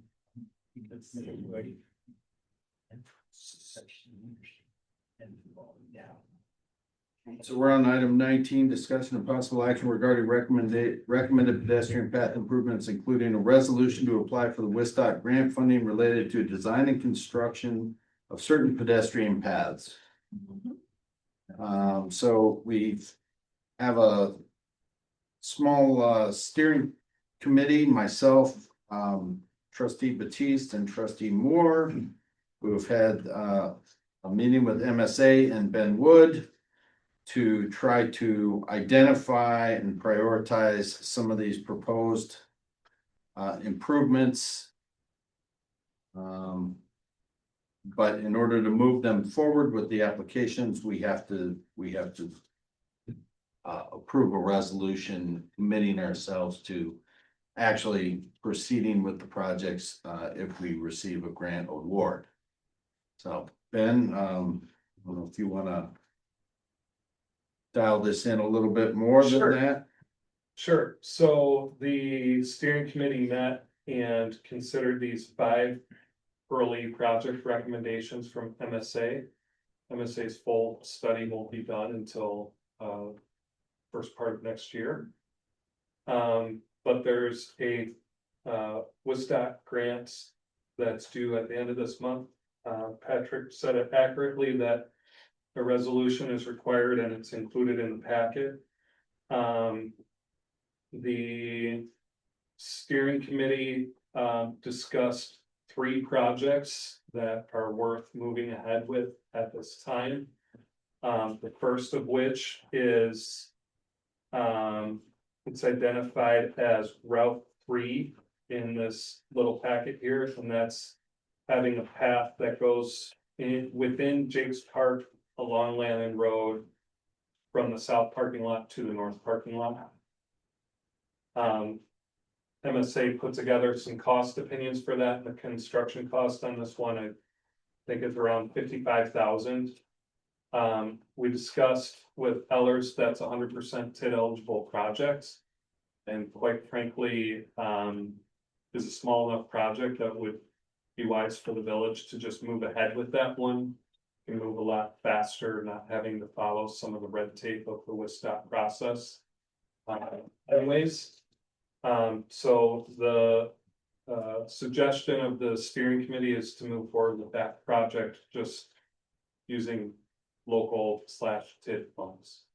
And to give further detail, Ben, your opinion is that the completion cycle going through this process for these other ones using the WSDOT grant funding is probably in all likelihood a 3 to 4 time year Correct. process, so. The other 2 projects that the steering committee felt were priority and worth going after the WSDOT grant for are stated in here as Route 4 and Route 5. Route 4 is along Good Hope Road, and the concept is to add sidewalk. Basically from Emerald Drive on the east all the way to Main Street on the west. There was some discussion that was had at a progress meeting that perhaps west of Lannon Road, that sidewalk would be on the north side of the road, on the same side as the post office. And on the east side, it would stay on the south where shown. And then Route 5 is actually along Lannon Road from Village Hall here, past the middle school, to Forest View Drive, across the street at Forest View to the east side of the street and go down to Diamond Drive. So what I just described is slightly different than the route shown. And that modification was made with input from the police department, indicating that if you put the countywide crossing right at Diamond Drive, they're still clocking people upwards of 50 miles per hour sometimes right there, and it's just not a safe spot for a crossing. So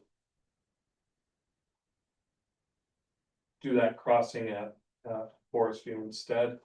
They also showed path continuing down to Fairview Drive in Menominee Falls, which, you know, you could picture there's a bit of a regional benefit if anyone's walking from that Menominee Falls neighborhood to the school. It's not really feasible for 2 reasons. One, because of the crossings. And I guess the other one is we reached out to both the county and I reached out to Menominee Falls. Neither were interested in cost sharing in that project. So that means we would just stop it, you know, like Diamond Drive within the Village of Lannon. So there's a resolution included that basically covers these projects 4 and 5, not the Jake's Park project. We intend to do them as two separate applications. The cost estimates are provided by MSA. They don't include design or acquisition costs, which design is also an eligible expense, so the total project cost, I think, is probably gonna be 20% higher than what they've listed in here. The grants fund 80%, and then the village comes up with the other 20%. We discussed with colors that 20% is eligible through the TID project plans. They're already identified as bike and pedestrian improvements. The other aspect of this, as Patrick said, the WISDOC process is slow. It's very slow. I would say these don't get built for 4, even 5 years. If we're successful with this round of funding. So if one of these projects is more of a priority than that, then it's still 100% TID eligible, and the village could proceed to do the project on its own without WISDOC funding. Without that federal/state funding, you don't have to follow their extra red tape requirements. So quite frankly, you could probably do the project at about a 25% savings just by not having to follow that process. But then, you know, apples to apples, you're paying for 75% of the project cost instead of 20%, but you're getting the project done a lot faster. So that's just something to bear in mind as an option. And with these applications being made by the end of this month, the village would find out about any funding awards in April of next year.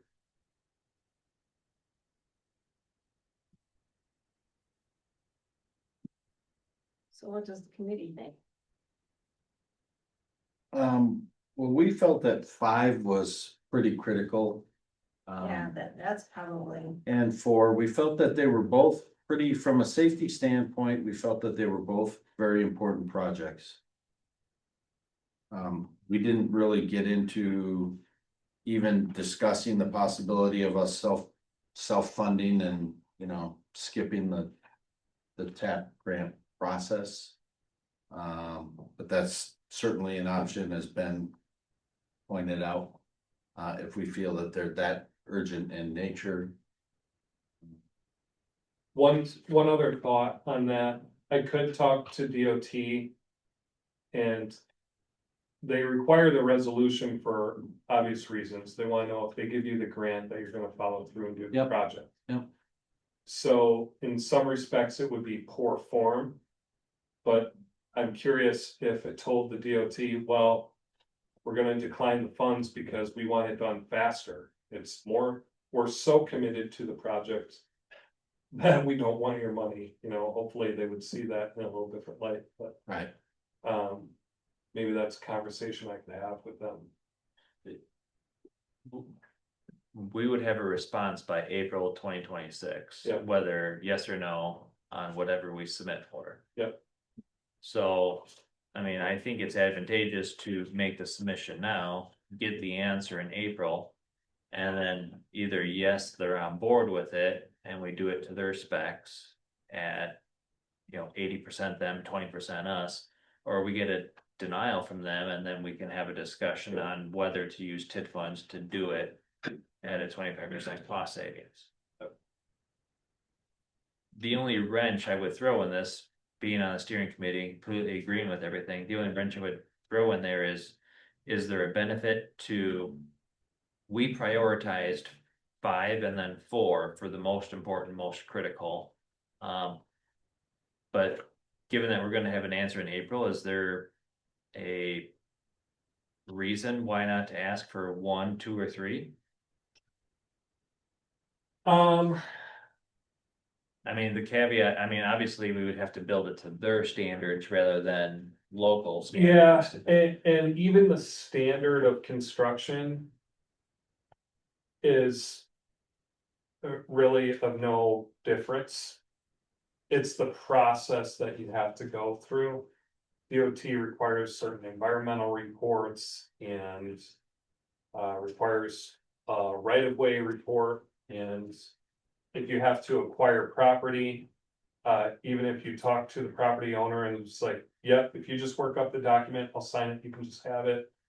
DOT says, no, you have to go through a formal appraisal, you have to go through this 9-month process, et cetera, et cetera. So it's just more of that front end stuff that really weighs down to.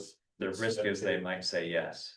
Yeah, thank you. Thank you for cutting to the chase. Yeah, I would hate to see project 1 or 2 get funded at the expense of 4 or 5. That's kind of my Agreed. thought. Mhm. So you're saying that if we move to pass the Village of Lannon resolution, the downside of that is that, I mean, we can go ahead and just approve that, and then we can always turn the money down if we decide to do something different, or once we sign this resolution, if we're awarded, we have to use it, and that's all there is to it.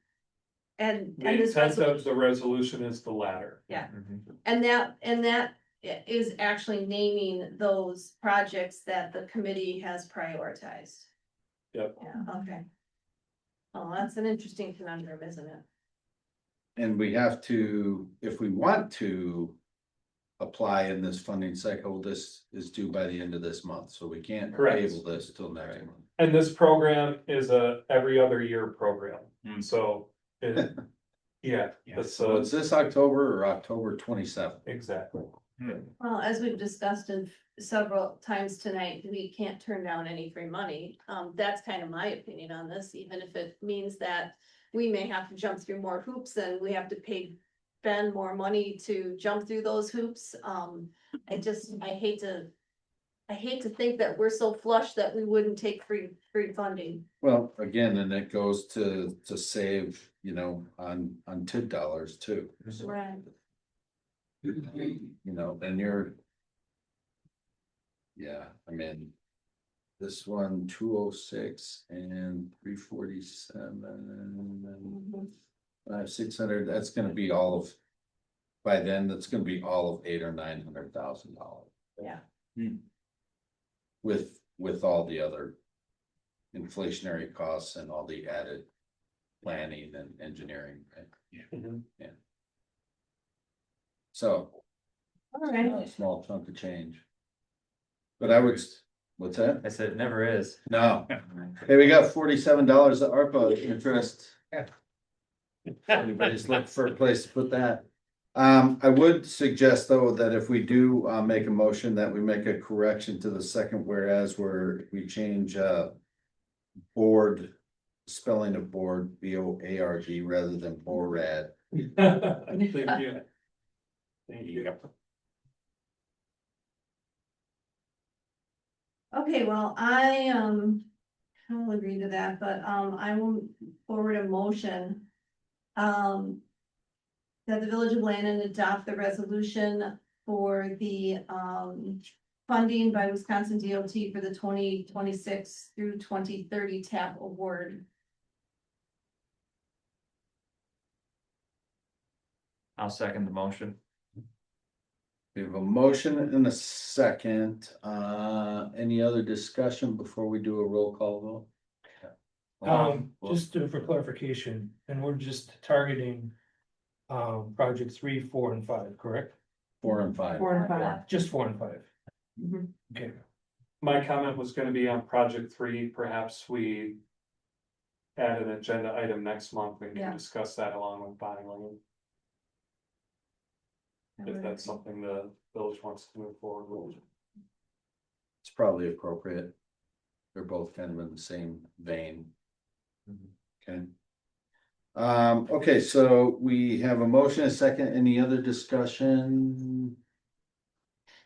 We need a roll call vote? No, I guess we don't. All in favor? Aye. Aye. Any opposed?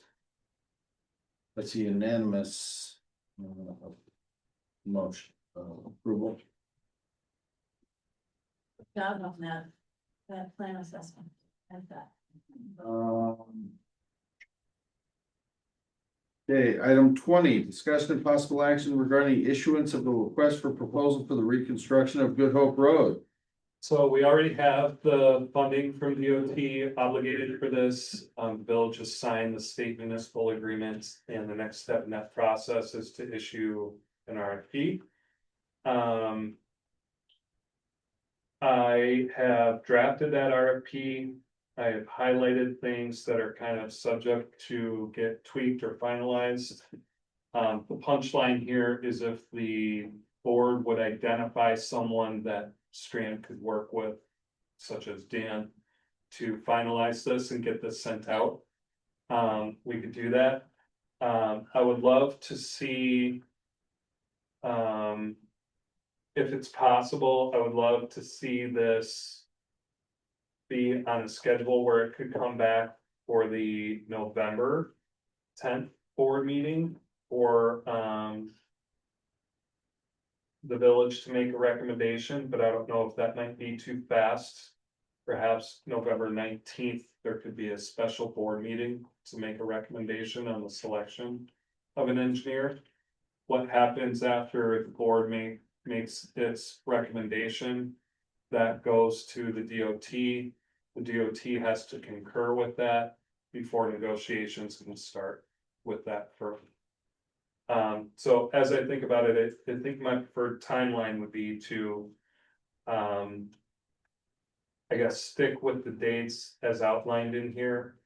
The village kind of, if you were open to doing a brief special board meeting on the 19th to make the recommendation, I think that would help the process.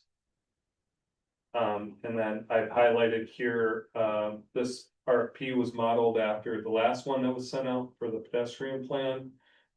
When President Yates was the village's point of contact. You all can discuss amongst yourselves if Patrick still wants to do that, or if Dan would be appropriate, etc. And then another background item. We could have sent this out quite a while ago, but I think we wanted to get to a point with the pedestrian plan where we kind of knew if there was going to be any recommendations or implications specific to this stretch. Yeah. It seems like there's not really going to be, and so we can just kind of go ahead and get moving with this. The 19th is a plan commission date, Yeah, so this We would might be need a after. meeting that day anyway for budget approval, public hearing, so. Might be able to roll all kind of, be like a whole Swiss roll of meetings. it would also be nice if the board would appoint some kind of subcommittee to review the proposals to bring a recommendation on the 19th. So if you could kind of appoint a leader and a couple people to help review proposals, that would be great.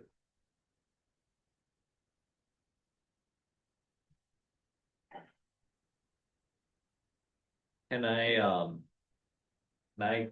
ask a question about the categories and the percentages ranking of the categories? Sure, yeah.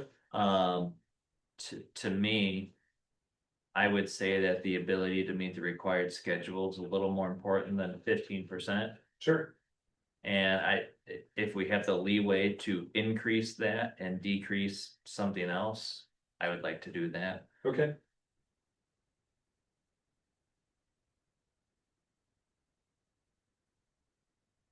Maybe it's, if we can get it up to 25, or I don't know that it needs to go more than 25, but somewhere in that ballpark, I think 25 or 30. So it has an equivalent weight to the, understanding the scope of work or past Sure. experience.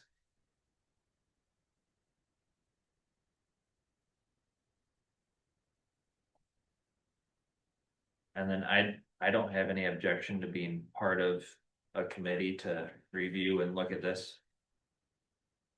I think the biggest part of leading it is firms will reach out and they'll want to meet with some village officials. And for the PED plan and Safe Routes to Schools plan, I made myself available. And I think Patrick attended, there might have been 4 meetings, 4 entities that requested a meeting, and Patrick maybe was able to attend 2 or 3 of them. I don't remember exactly. But, you know, I would anticipate 5 to 10 firms submitting on this. I think it'll draw a lot of interest. So maybe somebody with a little more time than myself. Well, that's. Gosh, you act like you have a new baby or something.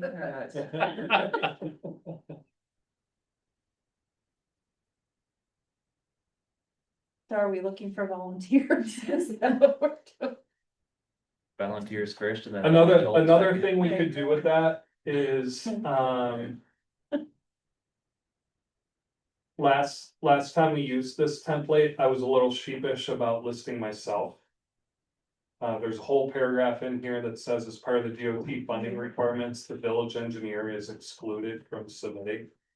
So to that point, I could list myself and kind of handle that. I mean, I'll. You know, as usual, I'll jump in there and put myself in the line of fire. I think it would be good to have Dan available, given his professional experience, to attend when he can.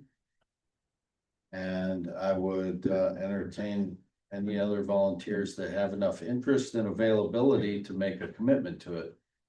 My boss would kill me. Yes, he would. I'd be willing to participate. Eileen, don't you think your boss would be? How many volunteers are you looking? I guess this is bigger. Well, we have 3 now. I think I think that's really the limit. I mean, then we're gonna get into a walking quorum situation. We gotta notice every meeting that's, you know, Yeah. so I think the 3. Unless you and Jim wanna arm wrestle over it, No, I was just curious. The leader has to be available for more like impromptu meetings while the submittal period is open. The other 2 people, you just have to commit to reading the 5 to 10 proposals that come through and then ranking them on your own. And then I think last time it was probably an hour and a half meeting. Yeah. Here at Village Hall to kind of build some consensus and. yeah, I think that's what we did when we did the Miller pipeline or whatever for the first Good Hope Oh, water extension. We kind of met here and ranked them and, sure. right? Wasn't that Yeah. it? Oh, no, that was Bike and Ped one, Bike and path, yeah. whatever. I'll lead it. Dan and Jim. You guys are in? And don't give me a hard time. Okay. Give you a timeout. So, should I still work with Dan on just kind of polishing up this RFP? Yeah. And then I'll leave Patrick your contact information. I'll add my contact information next to that. And then, I have a question hanging out there to DOT, see if they have any comments, but we'll expect to issue this as soon as it's ready and certainly within a week. Okay.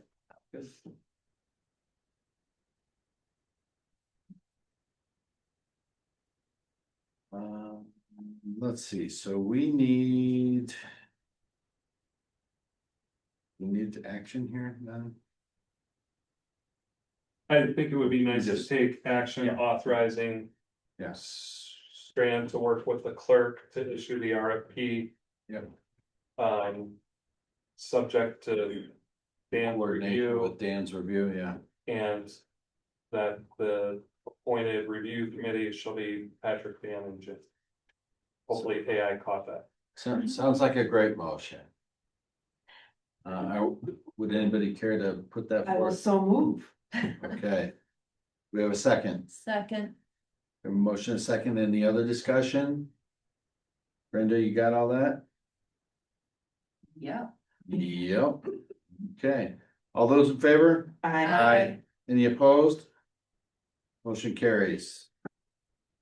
Item 21, discussion and possible action on payment of the bills. make a motion that we pay the bills as presented earlier by Brenda. Village clerk. I'll second that We motion. have a motion and a second to pay the bills as presented. Any other discussion? All in favor? Any opposed? Motion carries. Engineers report, None. attorneys report, None. president's report. None. Well, I make a Motion motion to to adjourn. adjourn. Two motions to adjourn. We have a motion and can somebody second? Yep, thank you. We have a motion, a second. All those in favor? Aye. Any opposed? Motion carries. We'll adjourn. Recording stops.